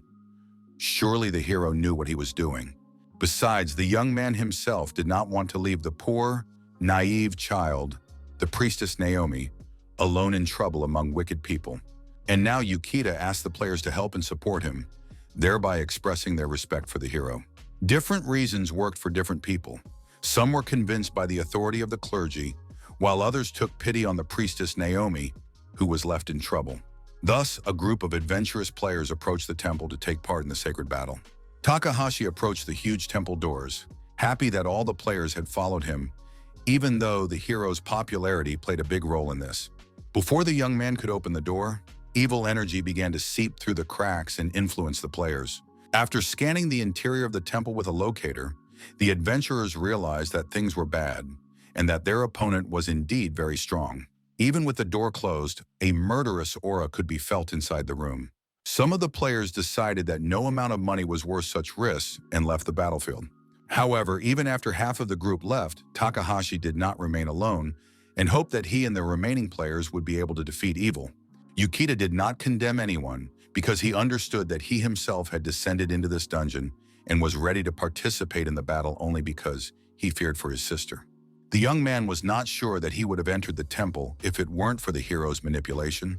The young man's sad thoughts were interrupted by one of the players, who said that in such terrible moments of life, it is very important to smile and create a mood for victory. Inside, churchgoers continued to knock on the temple doors, dreaming of escaping imminent death. The door opened, and Takahashi's boot landed squarely on the head of one of the warriors. The adventurers entered the temple and declared that the wicked had come to the rescue because they saw that the clergymen with high karma were in trouble. One of the church warriors shouted that people with evil souls should not go any further. The evil deity would become even stronger, and then no one would ever be able to defeat it. But the adventurous heroes said that people deserve a second chance and can be reborn by purifying their karma with good thoughts and deeds.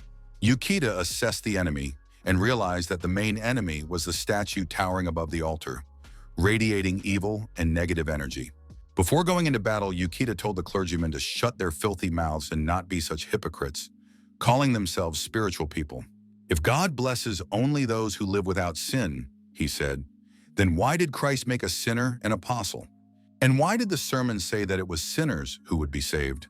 These words were a revelation to everyone, including the priestess. The former sinners, the adventurous gamblers, were ready to show what they were capable of and prove that a person can start over at any moment in their life. The true strength of the adventurers who moved forward lay in the fact that they made mistakes again and again, but did not stop or stray from their path. Everyone was impressed by their words. Even the priestess Naomi took notice. But at that moment, one of the monstrous wolves lunged at the girl.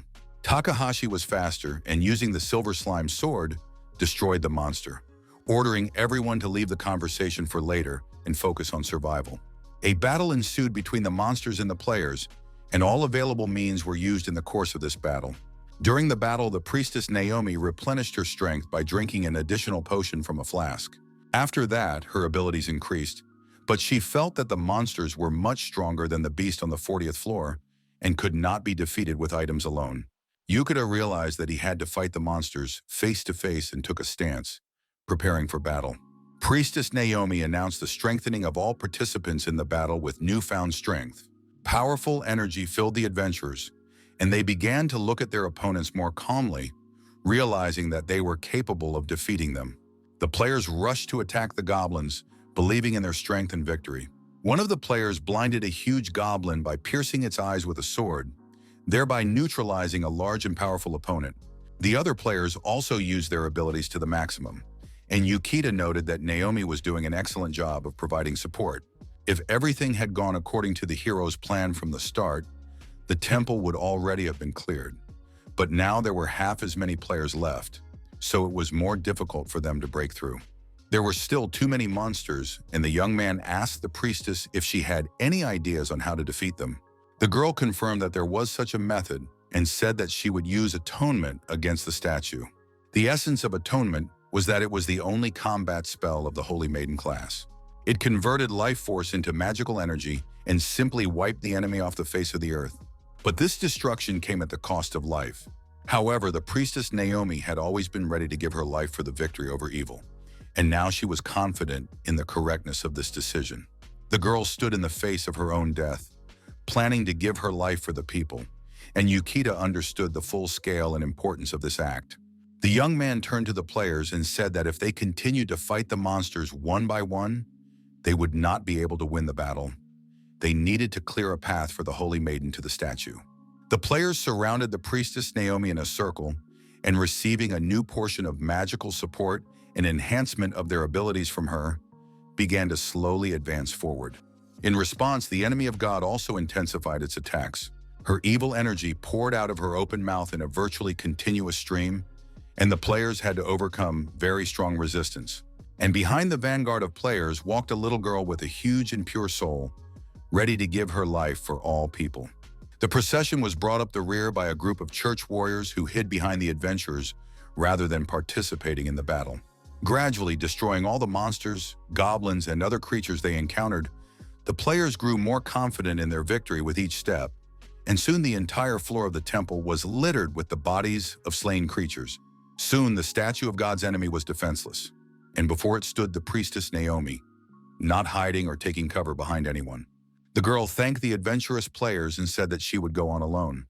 After that, she began to pray. She was Indra's arrow and the Lord's thunder, ready to give up her flesh to become the salt of the earth. But in return, the enemy of God was destroyed. The girl managed to finish her prayer before she felt strong vibrations. Standing in that place, she could barely hold on to her staff with her small, bloodied child's hands.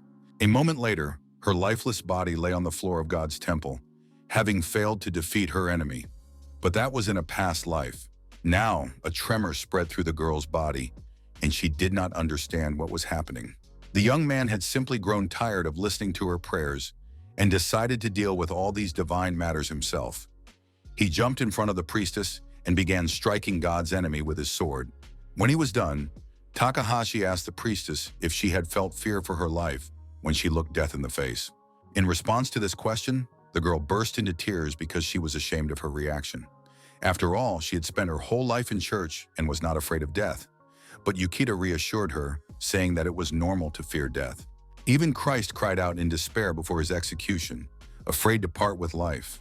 This fact did not diminish him in the eyes of the priestess. The girl continued to cry, reasoning that as a saint, she could only sacrifice her life to defeat the enemy of God and was incapable of anything else. But Yukita said that she was still capable of much and should pray, for the Holy Virgin was obliged to offer prayers to God for salvation. All the years that the girl followed the scriptures and lived in the church, her faith was unshakable and her life righteous. But true prayer comes when you face injustice. It is in these moments that a person entrusts everything to God and prays for salvation. So the girl knelt down and began to pray.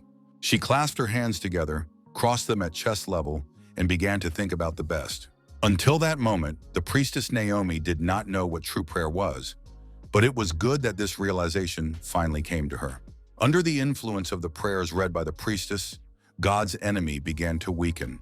His insides shrank, and the streams of aggressive energy ceased. The girl continued to pray and soon heard a voice from above saying that she should ask, and it would be given to her. The priestess's prayers were useful not only for defeating God's enemy, they were also necessary for changing professions. In addition to the priestess's prayers, a consecrated altar was needed, which fortunately was available. Under normal circumstances, an adventurer would not be able to change professions in the heat of battle, especially when the holy altar is under enemy control. But Takahashi Yukita was an exception to the rule and was able to activate the profession change. An analysis of the altar was conducted, confirming that it was under human control. After that, the game provided a list of possible professions to which he could change his own. The priestess was surprised that the profession change was activated in a captured temple, but it was made possible by her prayers. Naomi was sure that the young man would change his profession from adventurer to paladin, a servant of the church, in order to stay with the priestess and possess healing magic and the highest protection. In addition, many in the temple boasted a similar profession, and Yukita would have pleasant friends and colleagues. However, the young man was not eager to be tied to the gods and immediately rejected this prospect. His choice surprised many. Soon, the career change was activated, and Takahashi stood waiting for his system to be completely rebooted under the golden light of the program. The young man chose the most suitable profession for himself and became a jester. Naomi sincerely did not understand why, of all the available options, he chose the worst one. Even in his past life, no one had ever chosen this profession. It was among the least popular because all the skills of a jester were based on probability and luck. People who chose this profession did not understand its essence and often lost. But now for Yukita, a profession whose power depended on luck was precisely his main ability and innate talent. Of course, the young man could use some reinforcement, and when the priestess Naomi heard this, she immediately rushed for her staff to thank her savior in some way.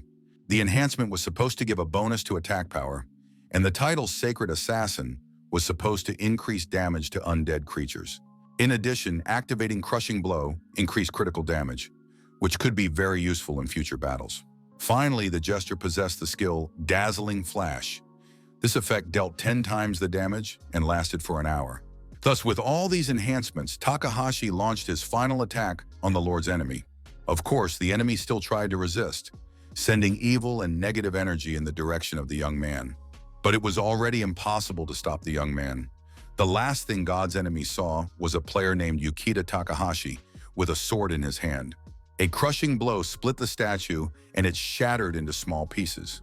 History remembered slaves who became kings, as well as jesters who challenged the gods themselves.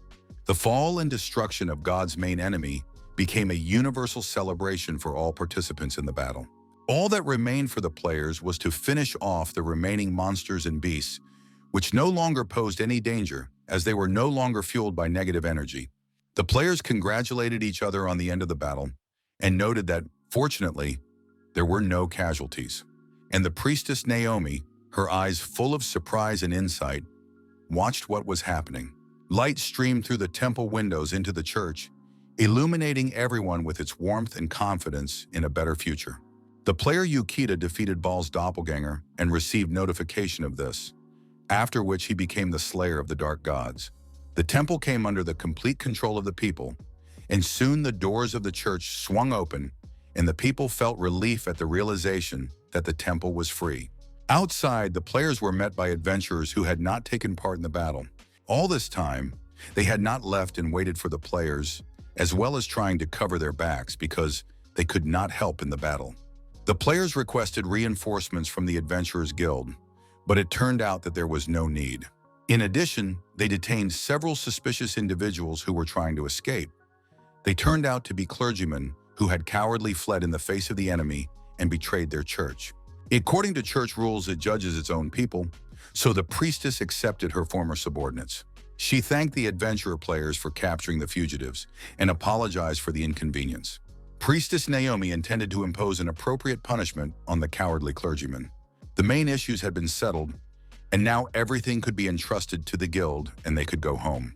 In addition, Takahashi was going to the guild headquarters to report on certain circumstances. At the last moment, Naomi asked the young man to answer one question. The young man said that he was not particularly religious, but he was well-versed in sacred texts, and Naomi wanted to know where he had learned this. Yukita began to quickly think of a suitable answer because he didn't want to tell the truth. This old skill remained with him from his past life, when he helped distribute food to religious people. One of the nuns saw the young man studying sacred texts, and it worked. The young man immediately received an extra portion of food, but of course, he couldn't say anything about it out loud. Returning to the city, the priestess Naomi had to pass judgment on the clergy who had fled the battlefield and betrayed their faith. The guilty warriors begged their mistress for mercy on their knees, telling her how sorry they were for their sins. But now they understood everything and asked for mercy. The priestess Naomi was a very kind girl and promised that God would give them a chance. However, she did not specify that this chance would only come after the traitors had served their time in prison, because according to the laws of the world, they would be punished for their sins against the people. When the current affairs were settled, Naomi took off her cap and went to receive her punishment. The warriors of the church rushed to convince their leader that she was still too young and not guilty of anything, and that it was their fault for failing to eradicate the evil around their priestess. Naomi declared that age was irrelevant before God and that she could no longer hold this position. The girl confessed that she was guilty of indifference and laziness. Therefore, Naomi decided to give up her position as abbess and start from scratch, as a student. But first of all, she needed to learn more about the world through her own life experience, not from stories and books. After all, she had indeed fallen behind God's enemy because he had studied people. Even an adventurous gambler had managed to achieve excellent results. This meant that Naomi needed to learn everything this kind young man could teach her.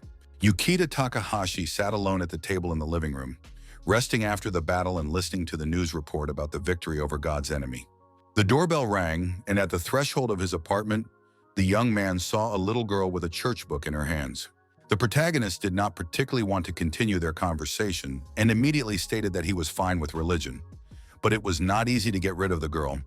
She used magic because, without an attacking effect, it was allowed to be used on the surface.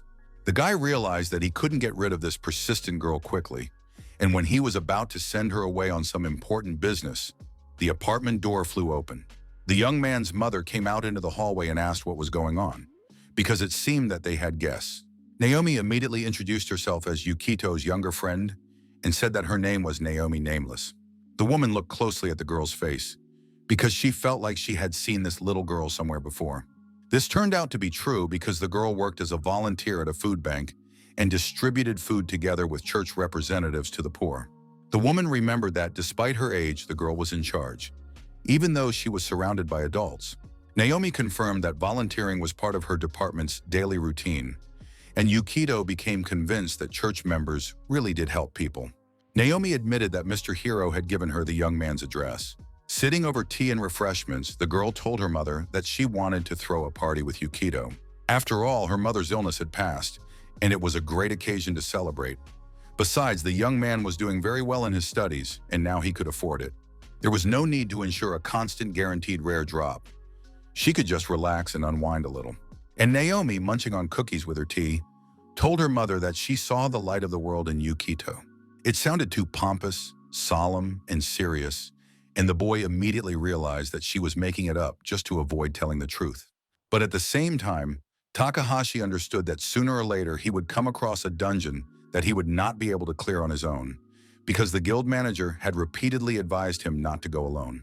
In this case, Naomi could be useful to him because a skilled buffer is worth their weight in gold, and such people are usually immediately taken by top-level teams. So Takahashi decided it was worth trying to work with this girl and held out his hand to seal the deal with a handshake. But before setting off on new dungeon raids with Naomi, the young man made some preparations and, first of all, bought a new house. Because the guy had become famous, he needed to worry about his safety, as well as the safety of his family and loved ones. In addition, Naomi had left the church, and everyone was now interested in where the girl would live. She needed to be provided with housing. And in the worst-case scenario, if something happened to Yukito himself, his family and loved ones would have a place to live. The player began to think about a safety net and received monetary compensation from the guild for his services. He wrote a will and prepared everything to leave his family a decent fortune. Only then was the guy finally ready to embark on an adventure. Not for someone else, but for himself. He needed this, and his partner, who was happily dressed up, looked like a real girlfriend. Having finished all the preparations, Yukito and Naomi set off into a new, unknown life full of adventure and excitement. The young man believed that even if he acquired partners, the situation around him would not change. Soon, Takahashi reached level 70 in record time.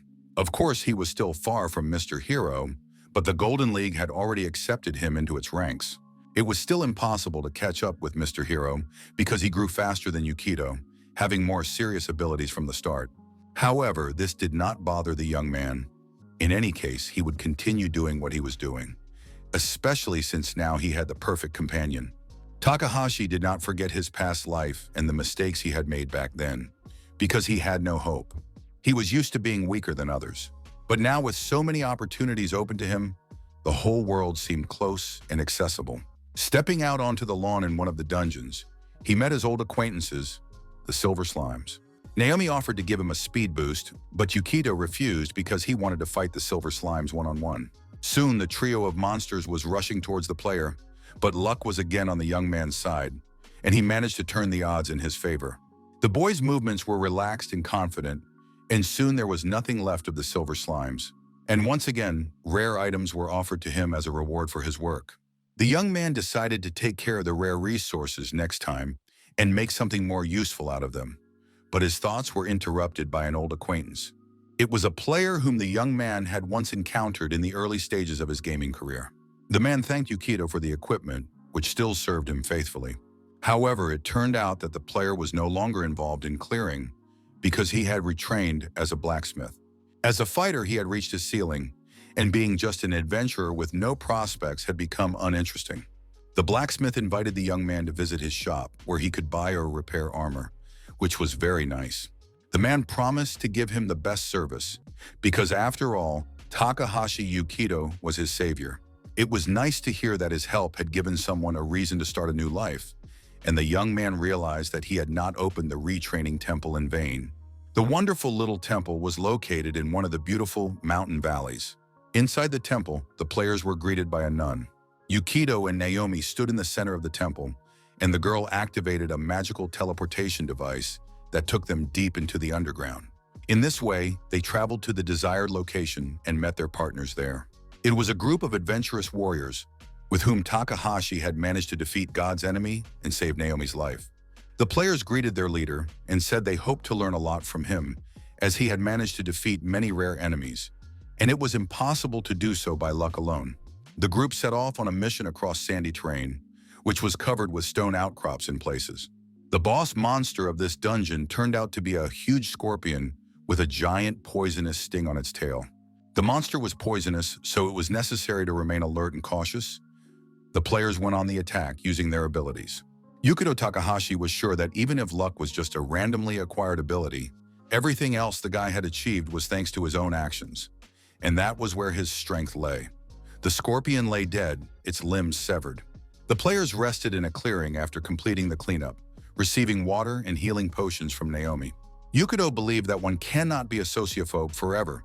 It was time to actively communicate with other people, not just with his family, and he did this during dungeon clearings as well. Another monster, a dragon, decided to pay the team a visit in the hope of finding someone to devour. The young man ordered Naomi to be ready because they would soon have to move on. They had work to do. The girl enthusiastically prepared to buff her friend and partner, and clutching her staff in her hands, activated her magical power. Jumping high into the sky and receiving additional energy from his partner, Yukito struck the monster. The dragon was cut in half, and Yukito Takahashi became even stronger, thanks to his luck.